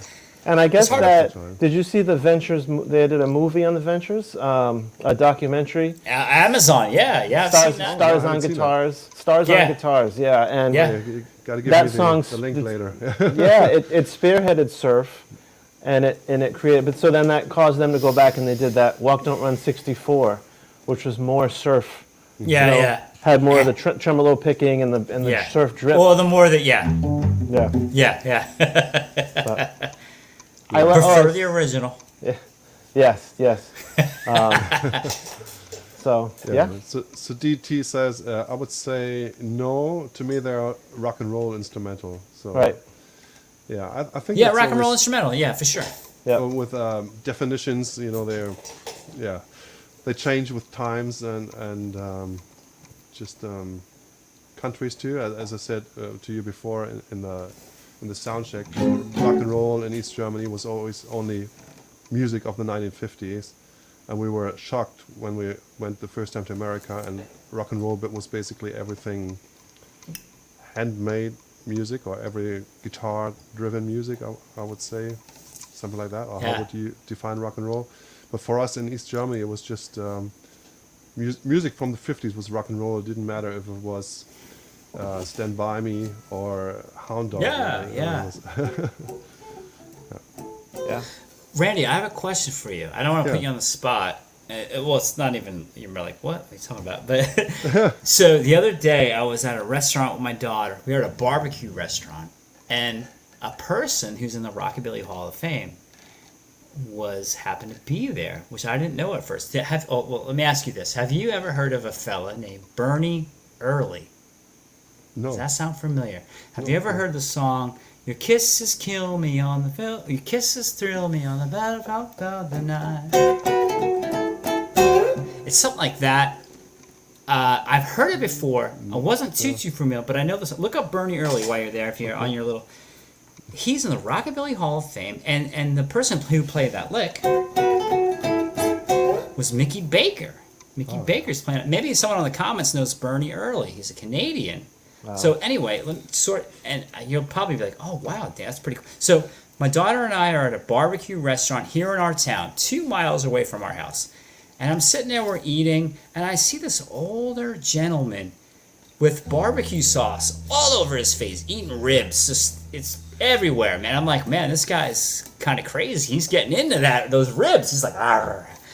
And I'm wearing like a shirt. I have a shirt that says Ultimate Rockabilly Guitar, has my name on it. And he says, hey, Damian, you like rockabilly? And I said, yes, sir. And he goes, you know who Mickey Baker is? And I was like, yeah. He's like, have you ever heard of me? And he starts talking to me. And I go over and I talk to him. I sit down with him. And we chat for about a good 30 minutes. All about the old days of rock and roll, early 50s, some of the recording sessions that he did. And I was like, wow, this is kind of crazy. Here's this guy here in my town, and I have his contact information. I may get in touch with him, maybe do a number with him. I'm not really positive on if he's still able to play or not, or what's going on with him. I know but I just thought that was so random, so cool. Like it's just like, what the heck? And at first, like I said, I was looking at this guy, like it's like a barbecue sauce all over his face. I mean, he was just like going to town on his ribs, and that's how I noticed him. I was kind of staring at him, and he's like, "Hey, Damian, you like rockabilly?" And I was like, "Wow, here's somebody at the barbecue restaurant talking about Mickey Baker, saying that he had a hit. He's in the Rockabilly Hall of Fame. That just doesn't happen every day, That's just like." And at first I wasn't too familiar with him, but I have definitely, through the internet, I didn't know him prior, but through the last 10 years or so of just devouring music on the internet, I have definitely listened to his song, Your Kisses Kill Me. Everyone look that up. Bernie Early, Your Kisses Kill Me. Good stuff. Mickey Baker on guitar. Man, Mickey Baker stuff with Joe Clay. Oh, my God. Good stuff. Yeah. I'm sure you're very familiar with that stuff, Randy. Yeah. I know you love that. Your girlfriend has it on 45. Yeah. Ah, heck yeah. So let's do one more question, and then we call it a night. That was just a quick question from Christian, the winner of the quiz game. Do you like the Shadows, Tom? Oh yeah, very much. I'm not as... I need to like them. I need to get into them more. It's something like Yeah. I know off the top of my head, Man of Mystery. Good seeing. Yeah. And I think I did one song by them. I think it's Midnight, maybe a couple of years ago, on a Strat, of course, because Hank Marv, you have to play a Strat, right? For the Shadows. So the answer is yes, but I'm not as familiar with them as I should be. But I plan to change that. So. Yeah, thank you. Okay, we got another super chat from Wilhelm. Oh, hey, Wilhelm, how you doing, brother? Thank you. Good to see you, brother. Damian? I've seen him on the comments, so it's good to say hello in person, or sort of in person on the internet. Yeah. Hey, I hope you're doing well. Yeah, thank you so much for your donation. Not sure, are you from Germany? It's a German name, or are you from somewhere else? Let us know in the comments. But thanks so much for your donation. I guess because it's euro, I would say Germany or maybe the Netherlands. And I don't mean to embarrass you, Randy, but what do you put on your hair? It always looks great. I strive for the look. It's just pomade, different stuff. Right now I have a very cheap pomade from like a local well, a drugstore. You know, it's just no brand really. Yeah. Got to use Murray's for the rockabillys in America. Back when I had hair, Murray's. You know, that's what I used. Murray's. That's how you get it. Get the pompadour standing up tall. But I don't have any hair really. That's why I have hats on. But anyway, sorry. Willem answers he's from Holland, so yeah, I was close. Oh, I see. Close to Germany. Not to cut you off, Randy. I see. Damian, what's your opinion on your daughter's musical taste? My daughter likes current music for her age group. It's a weird time for kids now. She's 15. Okay. Let me take that back. It's not a weird time for kids now because they're into what they're into, and they have an eclectic taste. My daughter listens to, well, of course, she's inspired by Taylor Swift. And I think that's great. She's a great role model for young girls. But she also likes so much different stuff, from electronic music, from guitar music, from stuff from her dad showing her. She's got a wide variety of stuff. And maybe not all kids have that, but here's some good news. I asked her the other day, I said, and you have to remember, we live in Florida. Country music's pretty big. I asked her, I said, hey, what is your friends in high school listening to? And she said, well, country music, which is cool because that's sort of music, guitar-based music with other things accompanied, rap, R&B. But she said a lot of 90s music. And 90s music, so grunge music maybe, Nirvana's big with these kids nowadays. That's great. That's guitar-driven music. Maybe it's not blues-based music, but as long as there's guitar music involved in these young kids, I think that's a great thing, positive. And, my daughter wants to be, she wants to be musical theater. She wants to be in Broadway someday. Okay. I think that's going to happen. Who knows what's going to happen? But wow, I'm just amazed by what she can do. And I just was at something where she just did this theater thing. So many kids were just singing their hearts out to theater music. But that means that just music in general is big deal to these kids. Vocal music, singing your heart out. So, there's no worries with what the direction of music is going to be in the future. It's alive and well, I think, and performance is a big deal. Not just the person with a keyboard playing, preset beats. Hey, I'm the DJ. Nothing wrong with that, but I think live performance and things is still alive and well along the planet. Yeah. So. And Anyway. Tom, you have a kid as well, I think? I do. I have a daughter, and Is she into music as well? yeah, she likes. She always asks to hear things that I played for her. Sometimes I'll play something, and I won't know that she's paying attention, and then the next day she'll say, "Can you play, In the Air Tonight" by Phil Collins? I'm like, "Oh, you were paying attention," or she's been asking for "Cracklin' Rosie" by Neil Diamond, which I love that song. Oh yeah, great tune. She loves Elvis. I want to take her to Graceland. I went a year ago with a good friend of mine, but I want to take her to Graceland because she's a big Elvis fan and she loves the Beatles. So, but she's still young. I think, like Damian said, I expect when she gets a little older, she'll probably like things of her generation. Yeah. Which I did. We probably, but probably most people go through that where they don't want to like their parents' music or whatever, they want to like their own thing. But like Damian said, as long as she loves music, whatever it is, that's a great thing. And, so. Oh, lastly, hey, Randy, I made sure, so let's just talk about it for 2 seconds. I did watch the Elvis film finally. Okay. I have a thought on it. I did finally, and I'd love to see the comments because I'll be looking later what y'all think of the Elvis film. So Let us know. Let us know. Yeah. Tom, you saw it too, yeah? I did. Yep. Yeah. Are we talking about it or no? Yeah, just say something real quick about it. All right. So, I always have this discussion with a friend of mine about music biopics. And a friend of mine's a guitar player, and he's very much into all of the details of how the music was made and the musician's life.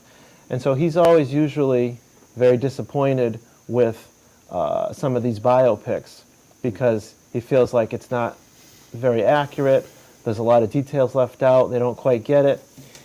And I see that. On the other hand, I feel like most people don't care about the details, and they're trying to make a movie that tells a story in 2 hours or 2.5 hours. You're right. That's going to get to people.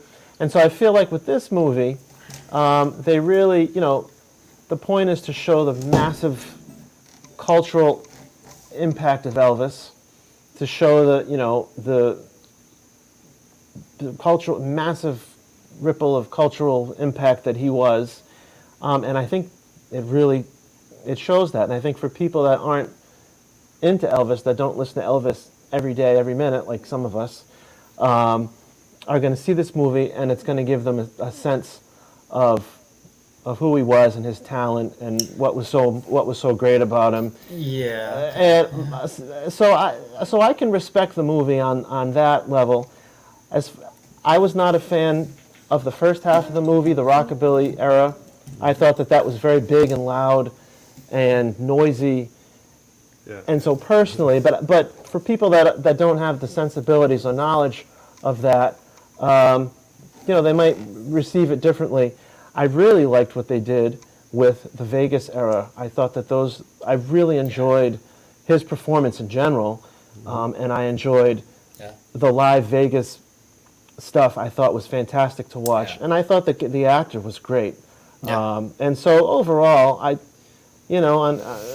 give it personally, I'd give it maybe a B-. But I think that it's cool that that they even made it, and that modern audiences saw it, just to keep Elvis sort of in the conversation, Yeah. So, yeah, that's my impression of it. And Randy, Damian? you gotta say what you think.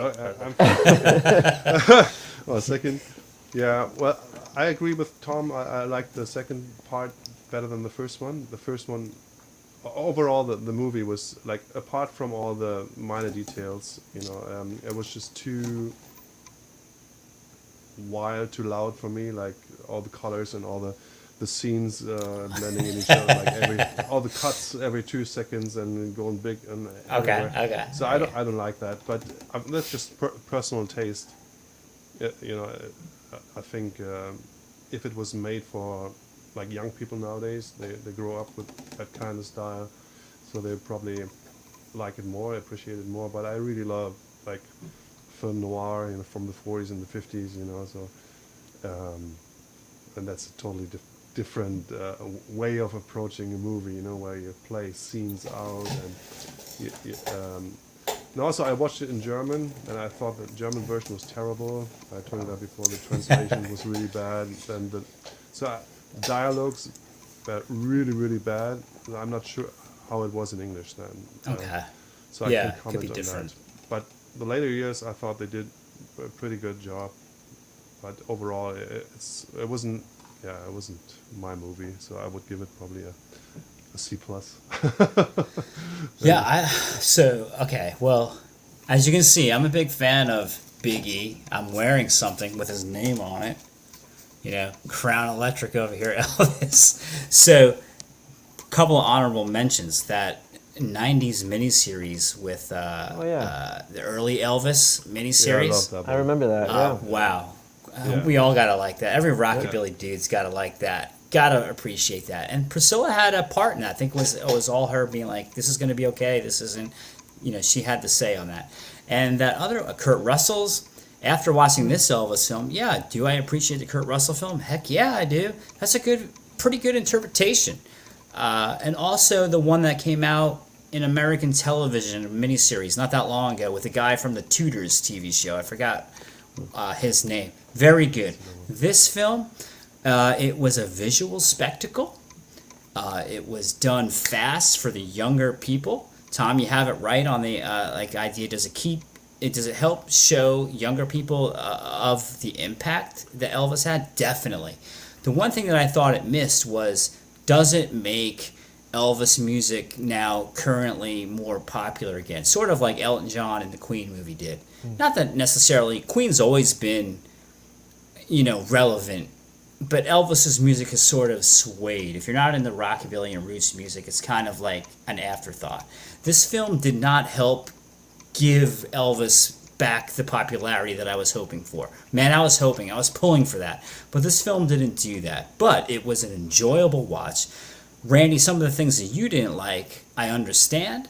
But for the younger audience, the fast cuts, the lights, the action, that's what people like and gravitate these days. So I thought they did a great job. And like both of you said, the Vegas stuff, it seems like the directors and the writers had this idea of making the Vegas years the primary point, because that was obviously where the movie shined and where it focused on the most. But the thing that I didn't like as a rockabilly guy was trying to make the early stuff appealing with the use of maybe electronic drums behind it, fancying it up a little bit. I don't think we needed to do that. Elvis got popular by the great music that he had. He doesn't need any bells and whistles to make it relevant today. It's still great. I totally agree with that. So that was a little bit of a you know. But yeah, the fella that played him, awesome. It was a visual spectacle. And, you know, like any film, it's got its highs and lows. It's got its things that aren't good. Overall, a great watch. But as an Elvis fan, it wasn't the movie that Elvis fans were waiting to see. And I'm still the believer of, if you're going to have a period piece, if you're going to be set, maybe if we're in a timeline of the 50s, let's have some 50s music. You can have all kinds of stuff. You don't just have to have Elvis music. Maybe have Pretty Little Angel Eyes being played. Something that fits with the music. I mean, you're not going to watch, let's say, Game of Thrones and have hip-hop being played over it. You're going to have some sort of like maybe Scottish-themed bagpipe type of eclectic music being played over, a dramatic thing. I mean, I get what they were doing, and I'm all about trying to be outside of the box, so there's really no hate for me on it. I just wish it was a little different. But all in all, I'm glad that it came out. I wish the impact was a little bit bigger on younger audiences, because we talked about that, Tom, the other day with Randy, that it really it came and went. It was for people our age and older, and maybe the young people just didn't care about it, and that's kind of sad. And that's what I think they were appealing to with some of the cuts and the fanciness of throughout the film. I don't think it worked, but all in all, I'm glad it came out. It just wasn't the movie that I was hoping for as an Elvis fan. So that's all I have to say on that. The early stuff was re-recorded, but the Vegas stuff was, I think they used a lot of the original recordings, and so the early stuff, I think, is it the actor's voice, or I'm not sure, but the later stuff is I'm not Elvis. positive on that. The Vegas stuff is Elvis's voice. Especially at the end, that last scene where he did. What was that last scene? Oh yeah. Yes. I think because at first I was like, "Is that him?" And then they cut to it's Elvis. And I'm like, "Dude, is this the actor or Elvis?" It looks so good. And then it went actually to Elvis at the end. Yeah. But that stuff I believe was Elvis's voice. But yeah, I'm not sure about the early stuff. I think that may have that young actor's voice or someone else portraying him or something. But I'm glad I saw the film. It was cool. All right, so just do maybe a couple more questions and then we're really Yes, night. So thank you very much, everybody, for joining in the live stream and listening to us talk and play. And thank you so much for your questions. And last chance for you to help us out or support us with a super chat on YouTube or a donation on PayPal to letstalk@rennyrich.de. Highly appreciate it, and once again, congratulations to Christian for guessing my drawings. That's probably the biggest achievement today.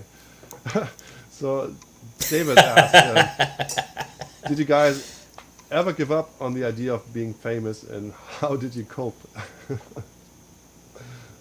I haven't given up on the idea. No, no, I don't think I ever. I feel like that's a question that somebody that really got close to being famous could answer better. I feel like I've just always played music and loved music, and I feel like I've had ideas like, oh, imagine if But I don't think I ever got to a point where I had any real expectation. So I didn't have to cope with it not happening. Having my channel and having people enjoy that's I couldn't have even imagined that as many people as have paid attention to it would pay attention. So I'm just grateful for that and the opportunity to keep doing that. So, yeah. Yeah. Yeah. How about you, Damian? Well, there's no doubt that Randy, your channel is definitely pretty darn big, man, and well deservedly so, man. Like I said, a lot of times when I see you play, I'm like, man, that dude is flawless, brother. And just always, like I said, always impressed with what you play. For me, my whole life was all about being a rock and roll star. Always being in bands, recording records. I had I like to think. It's funny. I was as a kid in my 20s. My heyday was playing at CBGB's, playing at places, we were on Nervous Records. If you're like a neo-billy type of person, Nervous Records was like the psychobilly thing in Europe. Something that you would want to be on. There's a lot of great bands on Nervous Records. I was ecstatic to be a part of that label. Restless was on there. Frantic Flintstones. And it was crazy, and then they helped us with distribution. We were able to you could buy our records and like Virgin Megastore, and that was a great, all before the internet and stuff. And we were doing some great tours, playing the music that I love, playing around America, and that's all I wanted to be, was a rock star. I was a singer songwriter, guitar player, but in around 2007, I feel like my life calling came to teach music, the roots guitar that I love. This platform on YouTube existed. I just fell in love with it immediately. And I just wanted to teach people how to play this music that I love, that I wanted to keep alive. And so in some ways, even though I had some sort of small fame with this rockabilly group, that was, there was fan pages on MySpace, if you will, of the band and stuff, which was cool. It was really cool. But I guess in a way, my name is more associated with being that. I don't know if maybe someone can write in a comment. There's not a lot of people on right now. They're asleep. It's late in Europe. But a lot of people know me through playing rockabilly guitar on the internet by teaching it. And not for being the singer-songwriter rockabilly crazy guy with purple hair back in the day, playing a White Falcon. I whatever it was, I'm happy with it. I feel like I'm a middle-aged man now. I'm happy where I am, because really the whole thing for me is just playing the music that I love, playing guitar, playing the style of guitar that I love, getting better each day. That's why I wanted to play. I wanted to be as good as I could. It was always about, there's some people that want to be just a rhythm player, or I'm just good with knowing what I know. I always wanted to achieve the highest standard that I could. And I'm not even there yet. I'm still learning. It's a journey that's never going to stop. And I take inspiration. I'm not one of those people, too, that are like, oh, I'm better than that person. I'm not like that at all. I take like I said earlier, I'm a sponge. I take influences from everybody. I'm never stop learning. I'm never too good, and I'm never too cool to help someone that wants to learn. And that we talked earlier about the other day, how, when I was coming up on the scene, playing around shows and touring, a lot of people just didn't want to teach you stuff. It's like a magician. I want to only play, I'm not going to show you the cool things I know, because now if you know it, now you can be flashy like me. Well, I don't want that. And I thought that was just like the most bogus way to be, because this music needs all of us involved, and everyone's going to grow by learning from each other. That's the key to keeping roots music successful and alive and well, forever. You got to help each other out, because you never know who's going to grow. And being friendly with people is awesome. Like I said, Tom and I have been talking now. I think that's great. I'm going to consider you guys my friends. I consider everyone I've seen in the comments for years like a friend. I may not know you, I haven't seen you in person, but I feel like you're a friend. We all love the same thing. Music is this thing that is a language that everyone can understand. It doesn't matter. I know, Randy, your language is German. You know, other people speak Dutch, Russian. It doesn't matter. We all understand music. We all feel it the same way. And that's what's so great about it, you know, and that's what brings people together. And that's exactly why I think we all started playing these instruments. It's just to be happy.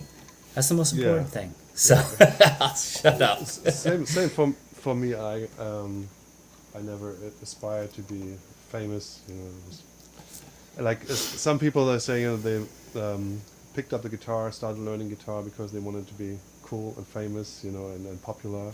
And I never had that in me. And for me, you know, if it sounds good, I can be in rehearsal room and it's just as much fun as being on stage.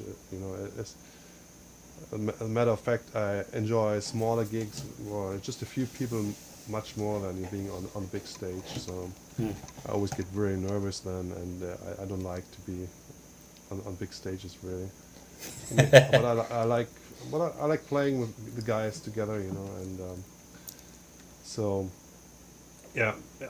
When I started playing, I had just one goal. I wanted to be able to draw some people, like some people would just come to see us play, and not just it was like a coincidence, you know, when you play something and people were just there, and we achieved that pretty fast. So and that was my goal, you know.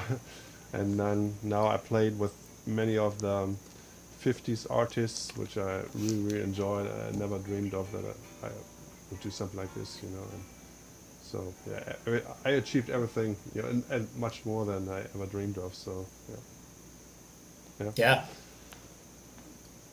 All right. So yeah, thank you so much, Tom and Damian, and of course Thank you very everybody much. in the chat.